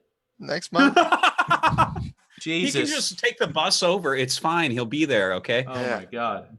It is okay. So that's interesting. Then you have to go to Kiev, but yeah. So WESG is coming right up, and then WCS Winter is coming back. You're probably commentating some of that, Jeff. And yeah, I am. Yeah. In about 2 weeks. Hour flight for me. It's really nice. I feel like a European when that's going on. You're not going to go to Kiev to commentate that one? No, not WSG. So that whole thing is just terrible, by the way. So originally they had a different group producing this, and they contacted literally every commentator in StarCraft, and they were like, "We want you to come out to China and commentate WSG. Let us know how much we should pay you." So everyone, literally everyone. I'm not going to name names because it's unfair to them to kind of make it silly. They then just don't hire anyone because that company doesn't get used. But before they were hired, contacted everyone and asked. They're like, Jeff, can you fly out to China and get yourself, to a WESG event? And when I think WESG, whether it's true or not, I think of like shitty hotels, maybe getting paid, maybe not. Terrible event, basically, is what's in my head. Prize pool is insane, so that's awesome for the players. But for me, it's like, no, I'm not going to China. For the top 8 players, but yeah. Yeah, the prize pool. Right, they don't even pay below top 8. Yeah. The distribution is horrible. It's awful. Yeah. Brutal. Although they give a lot for the regional thing, but I kind of messed that up. Well, not for everybody though. Yeah, just for USA, they give Neeb 10K for showing up. Yeah, amazing. But yeah, they're commentating from Kiev, by the way. So that's what the confusion is. The tournament actually is in China. Yeah. The commentators are going to Kiev, Ukraine, to commentate the tournament in China. That's nice. Damn. That is funny.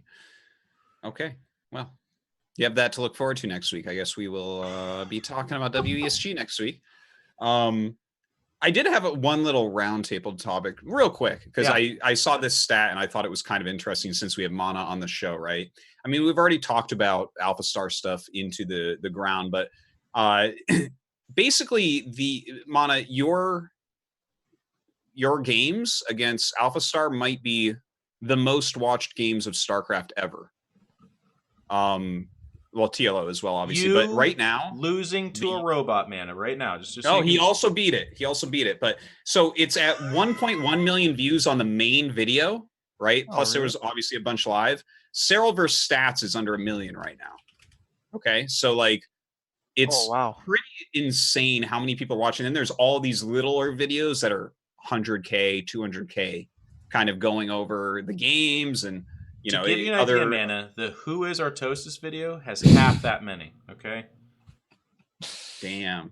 Oh, wow. Well, and the thing is, you won a game against Alpha Star, and the next time they bring Alpha Star out, we don't know if that'll happen. So you might be the only human that ever beats it. But I just wonder if that is doing anything for you personally or professionally, the fact that you participated in this kind of big global thing that occurred and it's such a popular game at this point. I didn't notice any like significant difference when like the only thing is that like people simply talk about it more whenever I'm playing a PvP, or if there's a PvP, people type like or Mana or something like that.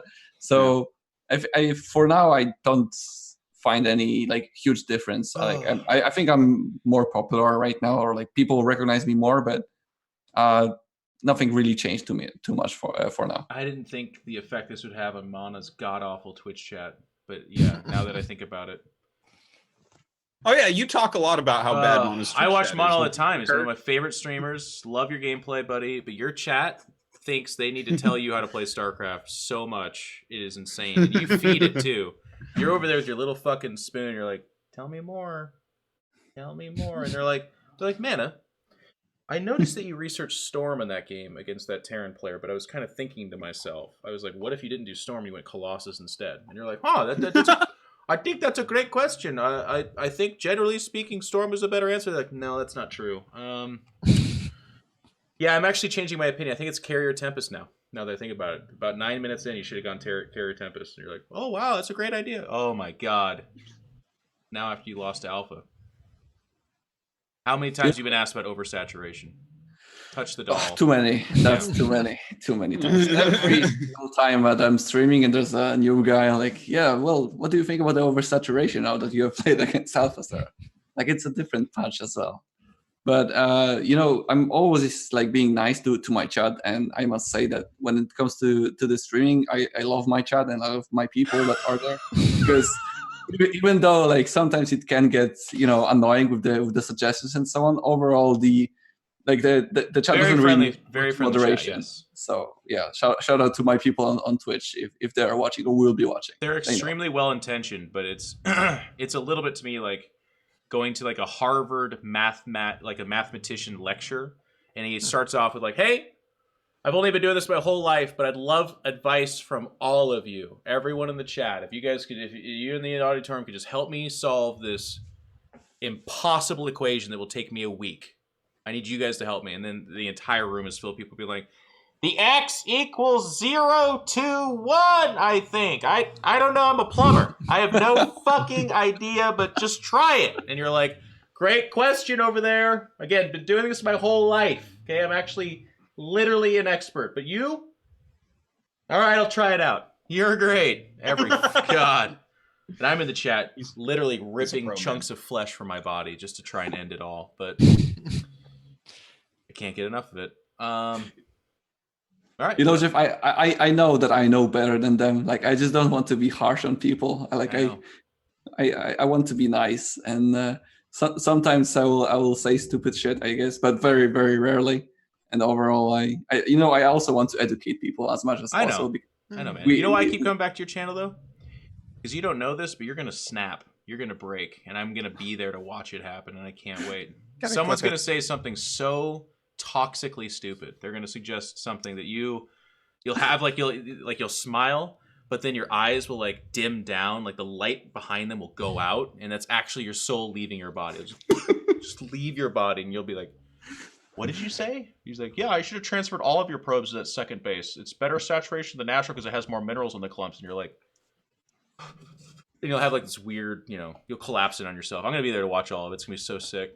Can't guarantee I won't touch myself. I've been like whining and having bad emotions on my stream a lot of the time. So like, it's not always positive vibes. Sometimes I'm really angry, but I try to contain it as much as possible. Oh my god. When Mana says he's whining, by the way, that's him being like, "Sorry guys, I haven't talked in a minute now." It is a great channel. You guys should all watch. It's really wonderful, and you should give him advice. All right, let's move on to the GSL. I suppose this has been going strong. Yeah. Well, I think we already reviewed the groups, so we don't really need to get into that aspect. But it is coming right back. Obviously, we've been on a break due to Katowice, and unfortunately, we're going to go on another break due to WESG. So it's really kind of annoying, but I guess that's just the way of things. Too much StarCraft. So yeah, we have 2 groups almost in rapid succession. So tomorrow night at a very late time, 8 p.m. for us. Normally we start at 6:30 p.m. We have the Maru group, and then the next morning at 1 a.m. What? I mean 1 p.m. Oh 1 my p.m. god. Okay, yeah. Okay. Yeah, no, 1 a.m. That would be crazy. That would be we get 30 minutes off in between or something. But yeah, we're gonna have Group D actually that's the group with Stu in it. So definitely want to let people know that that's at a weird time, and then we go off for another week. Or actually even more. March 20th will be Group C. We're going so out of order too. Look at this group. It goes ADCB. Of course it does. Yeah. Yeah, that makes perfect sense. Yeah. So we're not going to see the dark group until March 23rd. So that's quite a ways away, but 2 of them in the next 2 days. Pretty exciting. Yeah. It's funny because this is all the guys that were at Katowice. A lot of them. Yeah, I guess that's why we had to pause it for a bit. I think the stat was 12 out of the 16 players in our round of 16 were at Katowice. So very, very stacked. And obviously that it'll be interesting to see, right? We have 4 Terrans playing in those 2 days. So we can... It was only not Classic and Impact, right? From the 14. The rest of the guys were all in Katowice. That's actually Impact quite sick. Open bracket, Bray. Yeah, Impact was there. Yeah. Classic wasn't there. Oh, right. Okay. Classic So Classic couldn't go. He was supposed to be there. Patience was there too. Look at you guys forgetting these Koreans. SOS wasn't. Oh, SOS was there. He was there. God. So Classic and Patience, the only 2. Patience was there. Patience was there. Just Classic? Fuck you, Dance was only Classic. Oh yeah, that's right. Of course. Yeah. No, he did. Classic was. He tried his hardest. Anyway. Yeah. He really wanted to be there anyway. Yeah. So damn. Only 1 player wasn't there. Anyone ever seen Patience and Alive at the same time in the same room? Riddle me that. Are we not sure that's 2 different racial accounts, but the same guy? Don't go there, Jeff. He's really good if that's the case. It's true. Maybe you should just play 1 race and win a GSL then. No, that's too easy. All right. I'm liking that innovations group, by the way. He has to get out of there for the sake of Terrans. He's just he's got to rise above it. I think Kier's group is even. By the way, I became the biggest anti-hero fan after this last tournament. My God. Why? He is just a weird aggression all-inner. That's it. A couple of the attacks he made. Have you ever seen Monty Python and the Holy Grail? The wedding scene where the guy's running from across the field, but it feels like he's running forever and just keeps showing him running the same. Some of these attacks from Hero, he'd look up the ramp and be like, that's 6 shield batteries, and the entire army is about the same size as mine. He's like, this will be a tough fight, but I got to do it. It must have been so weird for him in the stands to watch stats scout a fight and be like, no, I'm gonna pull back. And for Hero to be like, you can't, and then stats would win in the middle of the map and micro it out and actually get a lead. It must have been so weird for him. That's it. I mean, it reminds me a little bit of how SOS plays as well. I think they're very similar. SOS more of a strategic approach, is much more weird, but overall their games are not standard, and they are playing with the mind games of the matchups, and it's much more difficult to play against a player like that than against Stats, for example. But if you play against Stats, you know he's going to do things well, and it's not going to be different. Versus SOS, well, what can I do? Versus Hero, it might be even a bad thing, but done properly, and that's what's going to surprise you. So there are advantages and disadvantages. Yeah. Well, it has to do with consistency, I think. I think that Stats would be the best player in the world by miles if he had like a 6-sided die and rolled it to occasionally do a Haas or SOS or Hero build. And he mixed those in just every now and then, you know, like just every now and then he does something absolutely absurd like Haas does. Imagine if Stats had that range. Yeah, and do it Stats way, like properly. Yeah, if he plays like Stats, like 85% of the time, then 15% of the time he plays like an insane Protoss that people don't like and don't think is good. Like Game 6 of the Grand Finals? We're not going to count that one. I know what you're saying, though. Yeah, mix up more. Yeah. Hey, let's talk Brood War, man. There's been some Brood War going on, Dan. There certainly has. The ASL. We're going into the finals. First off, this semifinals was the best semifinals we ever had. It was insane. Mini versus Effort. Mini now has a better win percentage against Zerg than Bisu.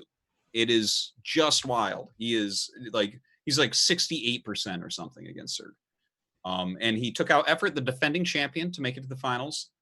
And that was such a tight, close series. The games were so good, and like the most ridiculous games were pulled out of nowhere.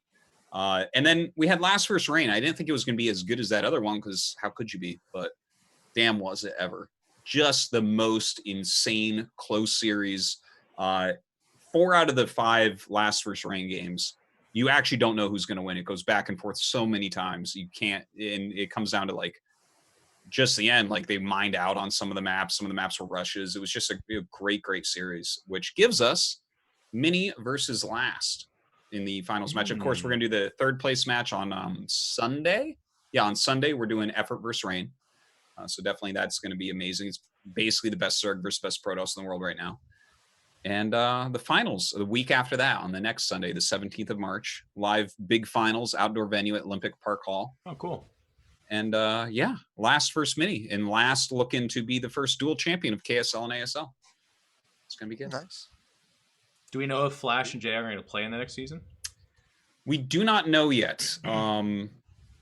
I guess KSL is the next one coming up. We already talked about that, how that's coming up pretty soon. So we'll see if they play in that. Jaedong didn't play last season. Flash has never played in KSL. So very unsure about that. And I don't think that'll be the decider. ASL is valued higher by the Korean pros, by the top end Korean pros than KSL for a lot of reasons. It's older and it's on Afrika, which is kind of the way that they make their money as streamers. But yeah, I think if Flash doesn't play in the next ASL, what he said was if his wrists don't kind of get better relatively soon, he'll probably just go do his military service. Because that kind of gives your wrists a big break anyways, right? You're not playing all day anymore. So and I'm not sure about Jaedong. I don't think he ever really even officially announced why he wasn't playing this season, but we all kind of assume it's just, you know, he has wrist issues as well. I was surprised that he was playing as long as he did, because he was making it sound like it was like incredible pain, that it was debilitating for him to play with, but then he kept playing a couple seasons, so it's crazy. These guys take care of your wrists. Okay, well, that is those things. Looking forward to it. Should be a sick final. Definitely try to catch that myself. It's on. You say Sunday, but that means Saturday for the rest of us, right? Yes, Saturday for the rest of y'all. But yeah, so that's a lot of stuff right in quick succession. Tomorrow, GSL. The day after GSL, that'll be the NA friendly time. The day after that, 3rd, 4th place match in ASL. And WSG, but then it's just the whole time. Yeah, WSG starts on Sunday or Monday. I think 10th of March it starts.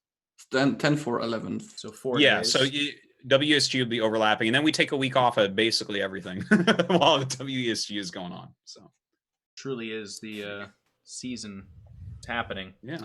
It is the season. It is. Well, all right. Let's ask a few questions. How much time do you got, Dan? I kind of gotta go. I'm sorry, my daughter just started 1st grade, and this week we have to pick them up pretty early from school. So okay, I'll take the questions. Dan, why don't you tell people what are you up to? We'll get you out of here. I'll have a stream on tomorrow, and obviously, as I mentioned, the GSL and ASL for the next 3 days, and yeah, that's about it. Pylon show next week. Excited. Yeah, good to have you back, Jeff. Good job, everyone on Katowice. It was very fun. Thank you guys for coming on. Sorry, I got to go early. Okay, Dan. Okay. We'll see you later, buddy. See you. See you later. And he just turns off his webcam, and Cobra's not even ready. Just look at this. I don't know how to quit out of this. What am I doing? We'll forgive I'm you. trying. Ah! Oh, he's back. Okay, bye. No, he's gone. We'll just give it a second for poor old Matt on the fly here. I guess while we're doing this, I will say a couple things real quick just to kind of get this out of the way. But we're going to do the questions real quick, and then, of course, we're going to send these guys out of here. But I don't know if Dan covered at the beginning, but one of the questions we get asked a lot is if you are supporting us through the Matcherino code, you can do that whenever. So some people still are asking if you can do that.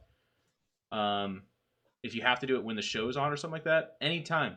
As far as I know, as long as that link is open and that's our Matcherino code, you can do it. So we've done a few because it's like a seasonal thing. So make sure and follow the link through the show notes, or it gets posted in the chat, that kind of stuff. But otherwise, if you're hearing this and you're in the middle of a Saturday afternoon on a bike ride through the Swiss Alps with you and your 17 kids, and you're wondering, can I enter the code in right now? You can. You can do it. In fact, you should. In fact, all of your kids should on different logins, because each one doesn't cost you a dime, but it helps support this damn show. What was the code? It was chess? Cheesecake. Cheesecake. One of my favorites. All one word.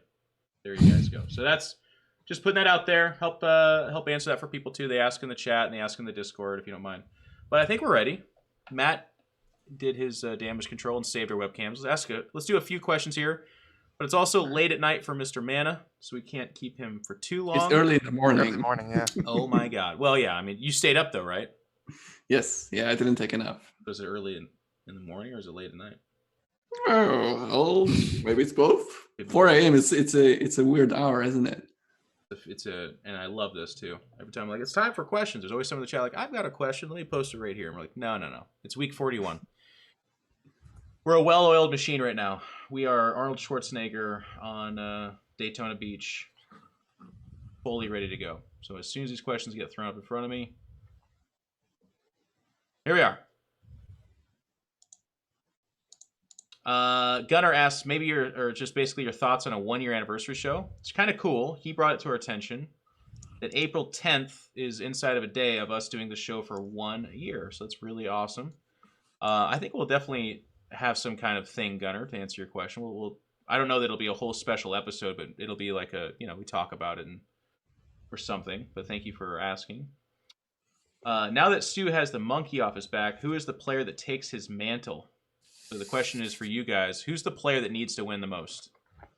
I think Dark. Yeah, I think Dark. You guys both think Dark?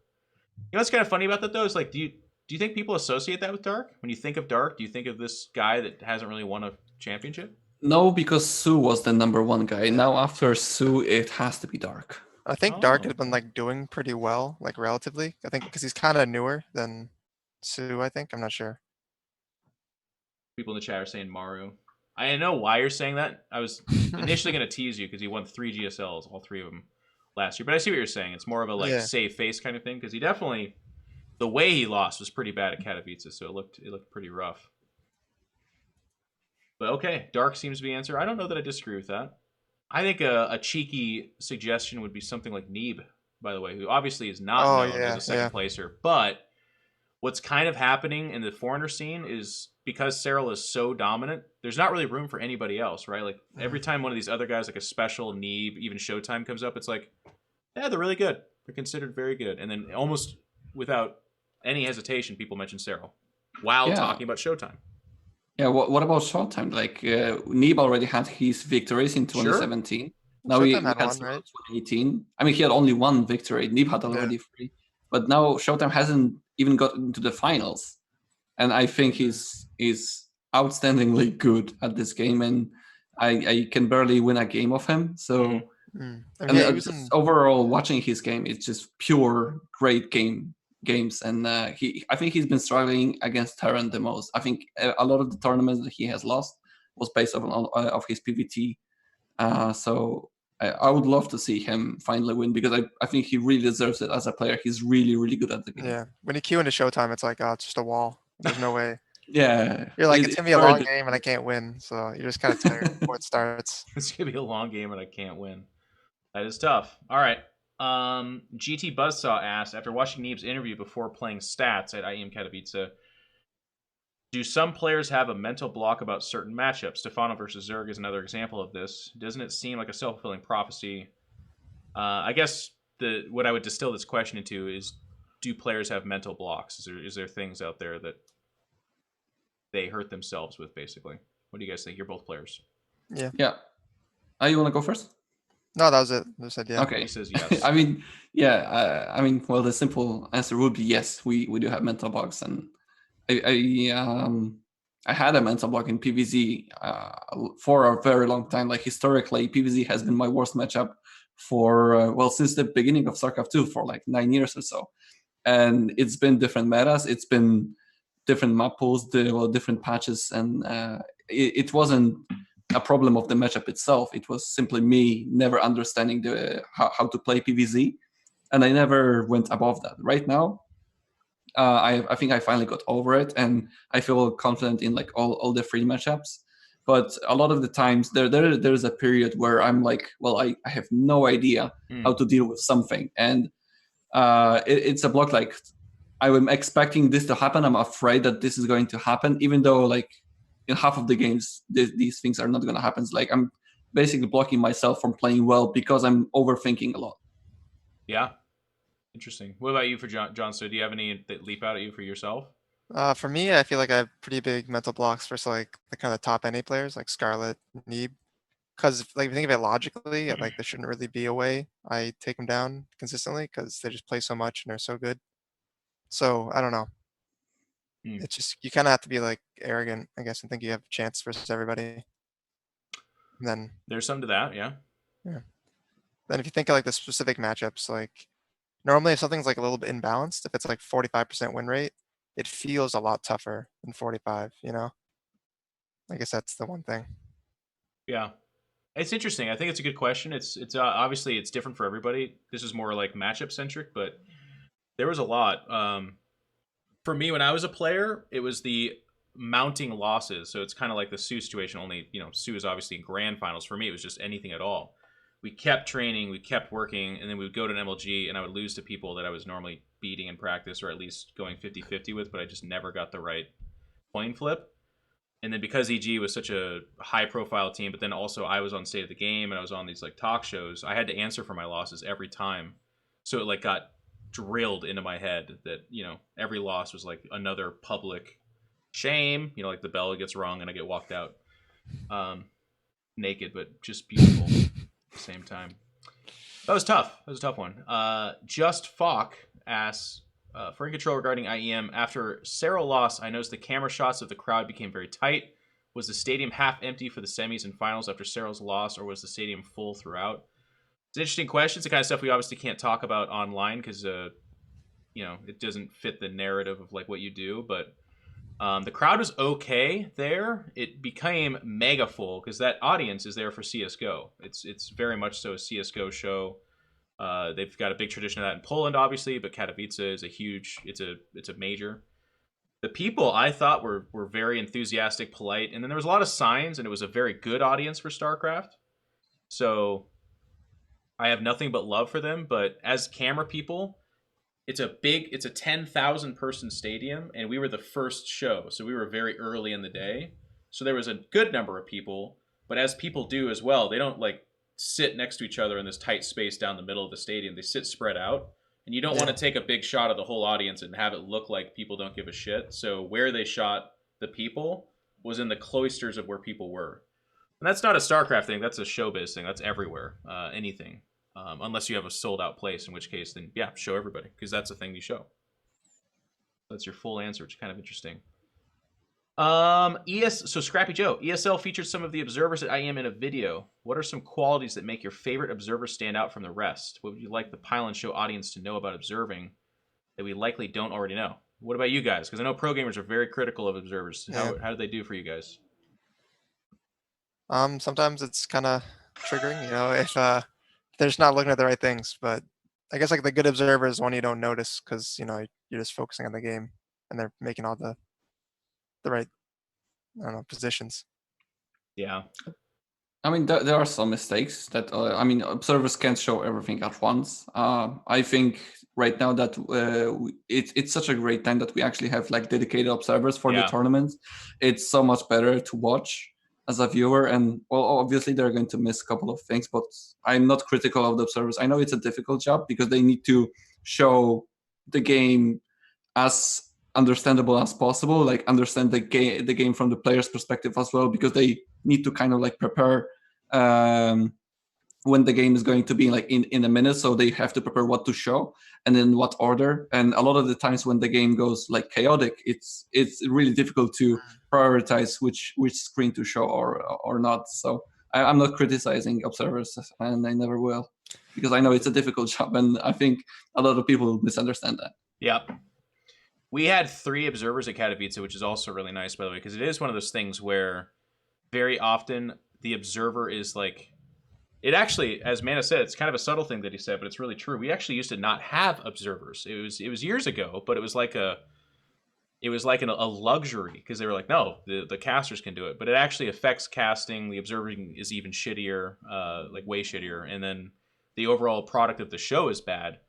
And then most tournaments will have 1 observer, maybe 2 for a long one. This one had 3, which I thought was really great because for a about 7 or 8 day tournament, in those days, some of them were 12 to 13 hours or so. You need multiple observers because it's already fairly grueling to just be doing that every game. But I thought they did a great job. It was Indy, Mapu, and Coca. Mapu and Coca in particular do a lot of tournaments. Indy's been doing some as well, but I think this was one of the first big tournaments that I've at least seen him And at. he's casting a lot in Polish as well. Yeah, that's why. So it's very cool. And then winning caster invitational tournaments. Yeah. When he's not doing that. The guy's the triple threat over there. So yeah, I thought that was really cool. And I think we're ready for the next question, Matt. If you do a couple more here. I'm going to skip your question, Foot, just because I'm the only commentator. So feel free to ask that in the future when we have other personalities, I think. Alessandra says, any foreign tournament horror stories? And she's referring to some of the stories around WESG, in particular last year and stuff like that. Have you guys ever had any really bad tournament experiences? And what she's getting at is like accommodations, travel, that kind of stuff. What's the worst? I guess like the WSG, it looked worse than it was, and they got us the new hotel after 1 day, so like it wasn't terrible. But I don't know. I thought it was exciting. You were there for that. Yeah, I was. Then they got you KFC every day. Is that what someone was saying? No, they didn't get KFC. They had like the catering was kind of bad, but it was okay. Thank you, JonSnow. Mana with a more detailed answer, hopefully. It was a long time ago, maybe 2015, maybe 2014. It was like a team league, something like that, where they flew in 4 top teams to France, Lyon, something like that. And well, the prize money was good. Like we got paid to travel, and we were expecting a decent event. And we go into this convention or whatever the fuck that was really at that time. And it's a huge hall, like the Gamescom kind of stuff. Like it's really big, and there's like maybe 20 people, 30 people in there. And there's a stage which looks like a box. Like it's not big, it's not really small, but like it barely fits like a table of commentators, and there are like computers on the side, and the computers are like the old CRT, right? Like the super old monitors. StarCraft is not installed. There were internet problems. We were literally playing on a table with like clothing on it, like a table to eat, basically. It wasn't like a good desk or anything like that. Like the overall experience on that tournament of the Team League was absolutely awful. There were barely any kind of people in there. And I think as Team Liquid, we lost there all the matches. Just the overall environment was terrible. And like, it's not super horrible horror story, but this is like the worst experience that I ever had. Yeah, I think for me, you have to go back to Brood War stories as well. We had WCG Invitational. It was for like the top players in North America. We went to like WCG Samsung New York, downtown New York City, which is not the best place to have a tournament. And then it was in the middle of like an otherwise store, so it's not even made for a tournament. It was so silly, the things we had to deal with. But the funniest part about it was the hotel room they got us. And I think it might have been EG that we get the blame for this. It was either EG or them. But it was me, G5, Machine, and I think maybe LZ Gamer, maybe Idra. Something like 5 guys. We got one hotel room. And this hotel room was the size of like my desk area. Like here, I kid you not. I had to walk sideways into the room because the like entry point was so small. And then there was one bed made for like a 86-year-old Italian New York lady, like one bed, and it was the only thing that could fit in that room. And then you had to like sidestep around that to get into the bathroom. So we walked in and we just laughed our asses off. We're all young guys. This is when I was like, this is like 2009, so 10 years ago. So I'm 23. We just laughed and we made the best of it. But the funniest moment was G5 was really tired from travel, so he took a nap, and I was like, well, I'm gonna use the bathroom. 5 guys in a bathroom, by the way. So I go in there, and it turns out it's going to be a number 2. And it turns out that something that I ate made it one of the biggest number 2s I've ever taken in my entire life. And I do this, and he's asleep in the bed. And I come out, and the guys are like, let's go get something to eat. And I was like, yeah, we got to leave. So we leave, and on our way out, I go down to the front desk, and I was like, hey, our roommate up in like 304, they did something terrible. They plugged the toilet. If you don't mind dealing with that. And it was like such a funny New York scene because the front desk lady's like, yeah, Leo. And Leo's like, what? And she's like, someone took a massive shit in 303. You got to go deal with it. He's like, fuck. So he goes up there and we're laughing our asses off. And the rest of the story has to get retold from G5, which he later does. He's taking a nap when all of a sudden a guy gruffly kicks in the door, basically. Walks into the bathroom, and he doesn't know who this guy is, and he's by himself all of a sudden in a New York hotel. And the guy, like, opens the door and is like, shit! This is fucking terrible! And he just starts like, whoa, whoa, whoa, whoa, whoa, plunging shit and stuff. And G5's like, excuse me, sir?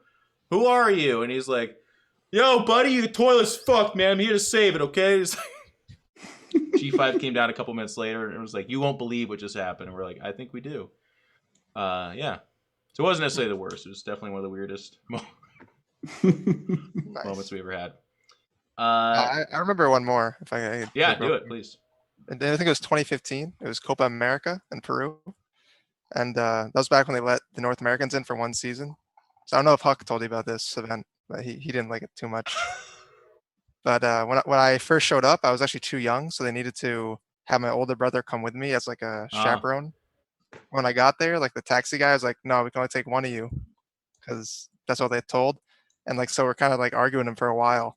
And he gets on the phone, he's calling the guy, and like he gives me the phone, and it's freaking Desro calling like, hey man, they say this really angry guy is here.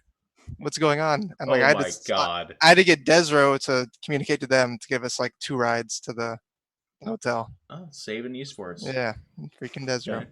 And then every like computer there had like 20 spikes a minute, the whole event.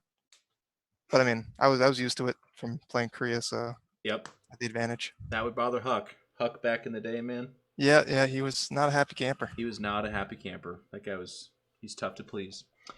Warhammer, to JonSnow and Mana, as spectators, what are your favorite tournaments in memory or of all time, and why?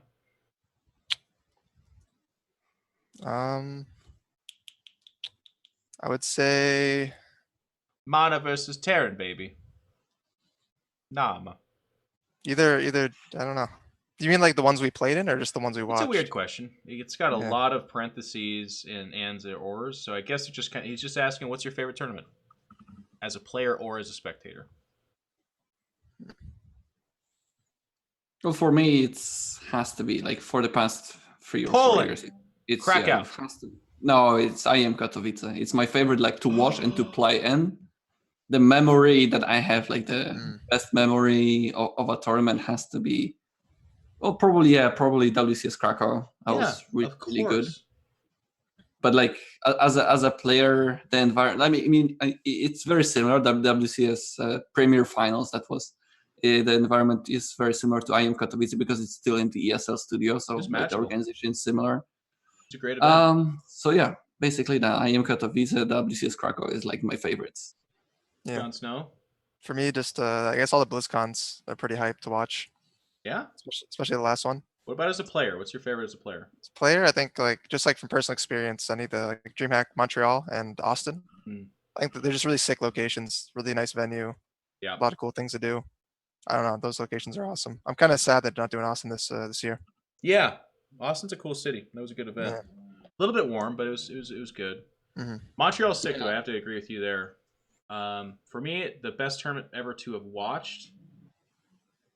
It's kind of a lame answer, but it's very personal to me. I went and stayed with Artosis and his now wife. I don't think they were married at the time. Didn't have any kids. They had ferrets and they had dogs. But I went and stayed with them and I watched the GSL, and I actually tried for the GSL used to have back in Brood War used to have an open bracket. No, it was StarCraft 2. Never mind, StarCraft 2. But that was just a magical, fun time and one of my favorite trips to Korea. And then as a player, I mean, I like Mana cannot pick anything other than the tournament where I had my highest success. So that's MLG Dallas, even though it was kind of weird because all of the matches were against like. What was that French Canadian Zerg? What was his name? Remember him on Ruse? Jig? No. I meant Slush. Yes. Remember Slush, you guys? Holy shit. It's a throwback. Weird. There's a lot of people that even if I said their names now, nobody in the chat would be like, "Who's that?" You got top 4, right? Yeah. Top 4. And then never to be repeated again. It was a good run. It's a good run while it lasted. We talked about the Nidus, Somnium, and I think that's it for those questions. Let me check the... There was a couple in here that I thought were pretty okay, real quick. Nari asked what happened tomorrow, but we kind of talked about that. This is interesting, and you guys are both players, so I'd like to ask your guys. This is an etiquette question. All right. Watching IEM, is there some protocol that it's always the winner that gets up and walks over to the loser to shake hands? No one who lost ever got up and ever met them halfway. What are your guys' thoughts on the etiquette of shaking hands after a match in live?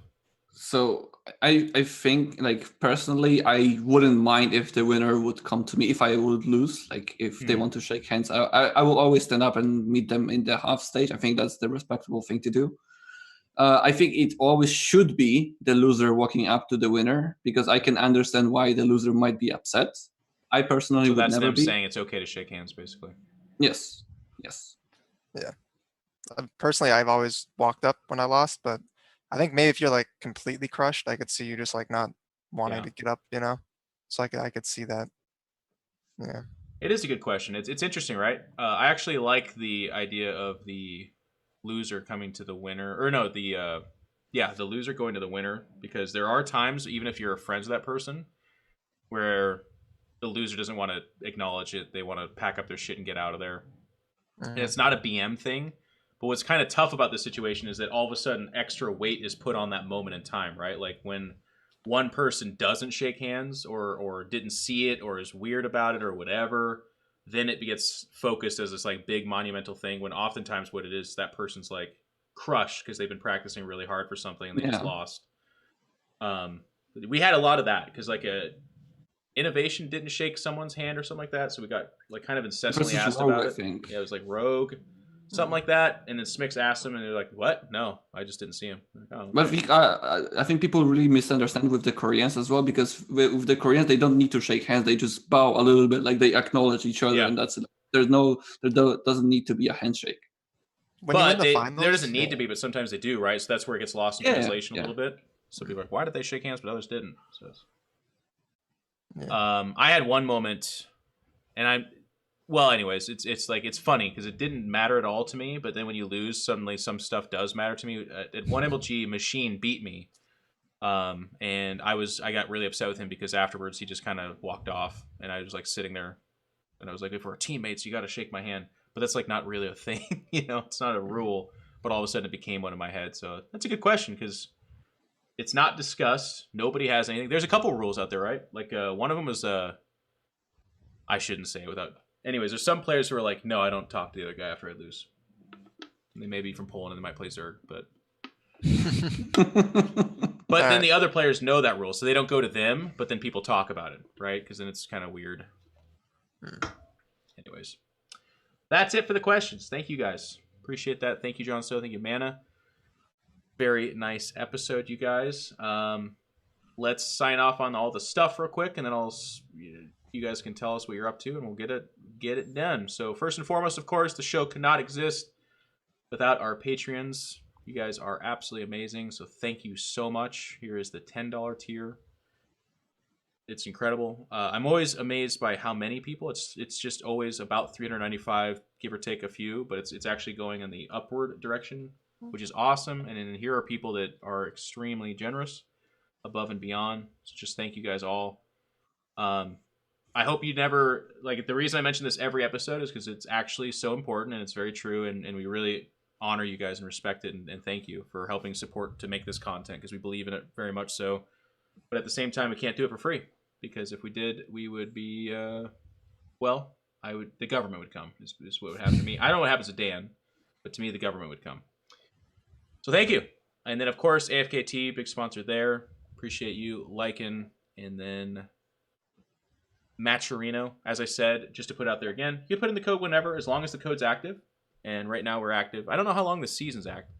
Maybe that's something that I should know. I don't know. But it's at least good for now. So if you follow that link and put in cheesecake, one word, you'll be helping support the show. So thank you guys. And there's that link in the chat. You just hit ! Matcherino. Well, ladies and gentlemen, that is our show. So JonSnow, thank you so much for coming on, man. You got thank you. Some ribbing from me, so hopefully you don't hate me and block me on Twitter. But if you do, I understand. No, it's all good. Good. That's contractually binding. You guys heard it there. He's totally fine. That's my anti-bully clause. But JonSnow, what are you up to? Are you streaming at all? What's your next tournament? What are you competing in? What do you want? What can people check you out on? What are you doing? You can follow me on Twitter at JonSnowSC2. I tweet some good memes. Dank memes. Yeah. Not as good as Future, but there's a lot of good meme competition right now. So it's tough. It's a meme I stream sometimes, but sometimes. And the next tournament, I don't know if it's been announced yet, but little birdie told me there's gonna be a small LAN in Philly. Ooh. In the not too distant future. So I'll be at that. Yeah. You're talking about Cheesadelphia, right? Like they said they're doing something like 3 or 4 events this year. Yeah. I think they said the locations, but I don't know that a date's been announced. So that's cool to hear. Yeah. I might be behind on that, but I might be too. I'm not sure. I've heard the date, but I don't know if it's been announced. So I'll let them decide. You gotta be secretive about that. Yeah. Well, good luck, man. Yeah, make sure to follow him on Twitter. He's a funny guy. If not, just to at least see him responding to all the salt from the other pro gamers. It's always good. Oh, it's fun. Speaking of salt, no, I'm just kidding, man. What are you up to, my man? Thank you for coming on, by the way. Thank you for staying up. Thank you for keeping your girlfriend awake, mostly. No, she's asleep. That's what you thought, buddy. She's been moving around. That's what she does. Oh. What can I say? Fair enough. What are you up to, man? Where can people follow you and stuff? Yeah, I mean, right now it's the most important part is going to be WESG, and then upcoming week I'm traveling to China this Friday. It's gonna be a longest travel, and I hope you guys will keep cheering on me in that tournament. It's very important since I have failed in Katowice, so I hope I can do well. And after that, I'll see you guys on the stream on Twitch/LiquidMana and on Twitter, Liquid_Mana. Thanks a lot for inviting me to the show. It was a pleasure. Of course, man. Thank you for coming on. Thank you for staying up and talking with us. It's been great. People always ask, get more pro gamers or stuff like that. We try. A lot of them are European, and it is at a terrible time for you guys. So every time you come on, I'm like, you're a hero. You're actually a superstar. So thank you so much. That's right. For me personally, I'm going to be going down to Burbank tomorrow, so I'll be off, but I'll be back on all next week. I'm going to start resuming my Warhammer 40k streams, hopefully. Got to get that set up. Otherwise, it's more StarCraft. PylonShow will be back on, all that kind of stuff. And I also want to give a shout out to the people that make this show absolutely possible. Mr. Cobra Venom here, our all-star amazing producer. So just please, every chance you get, give him some love. He puts the show notes in there, or not even the show notes. The timestamps the timestamps for each episode. This guy listens to us dribble on. There's going to be a That's timestamp. actually Alexander. Alexander does that. Alia TV goes in and does that part. Alexander does show notes. There we go. So Alessandra's the one we have to thank for that. She also... no, I mean... What? I misspoke the first time. It is Alleluia TV that does timestamps. Okay. I understand my team, I promise you. Show notes. It's Alleluia we have to thank. He's an Australian, so who knows what time that is. Alessander gathers a lot of the This Week in StarCraft. I know that much. I swear to God, I know what's going on, right? We trust you, Jeff. Cobra herds cats is the way I'm going to describe his job. So I don't know if Dan told you guys this, but about an hour before our show started, Dan's like, yeah, I got to leave early. I realized I got to go pick up my kid.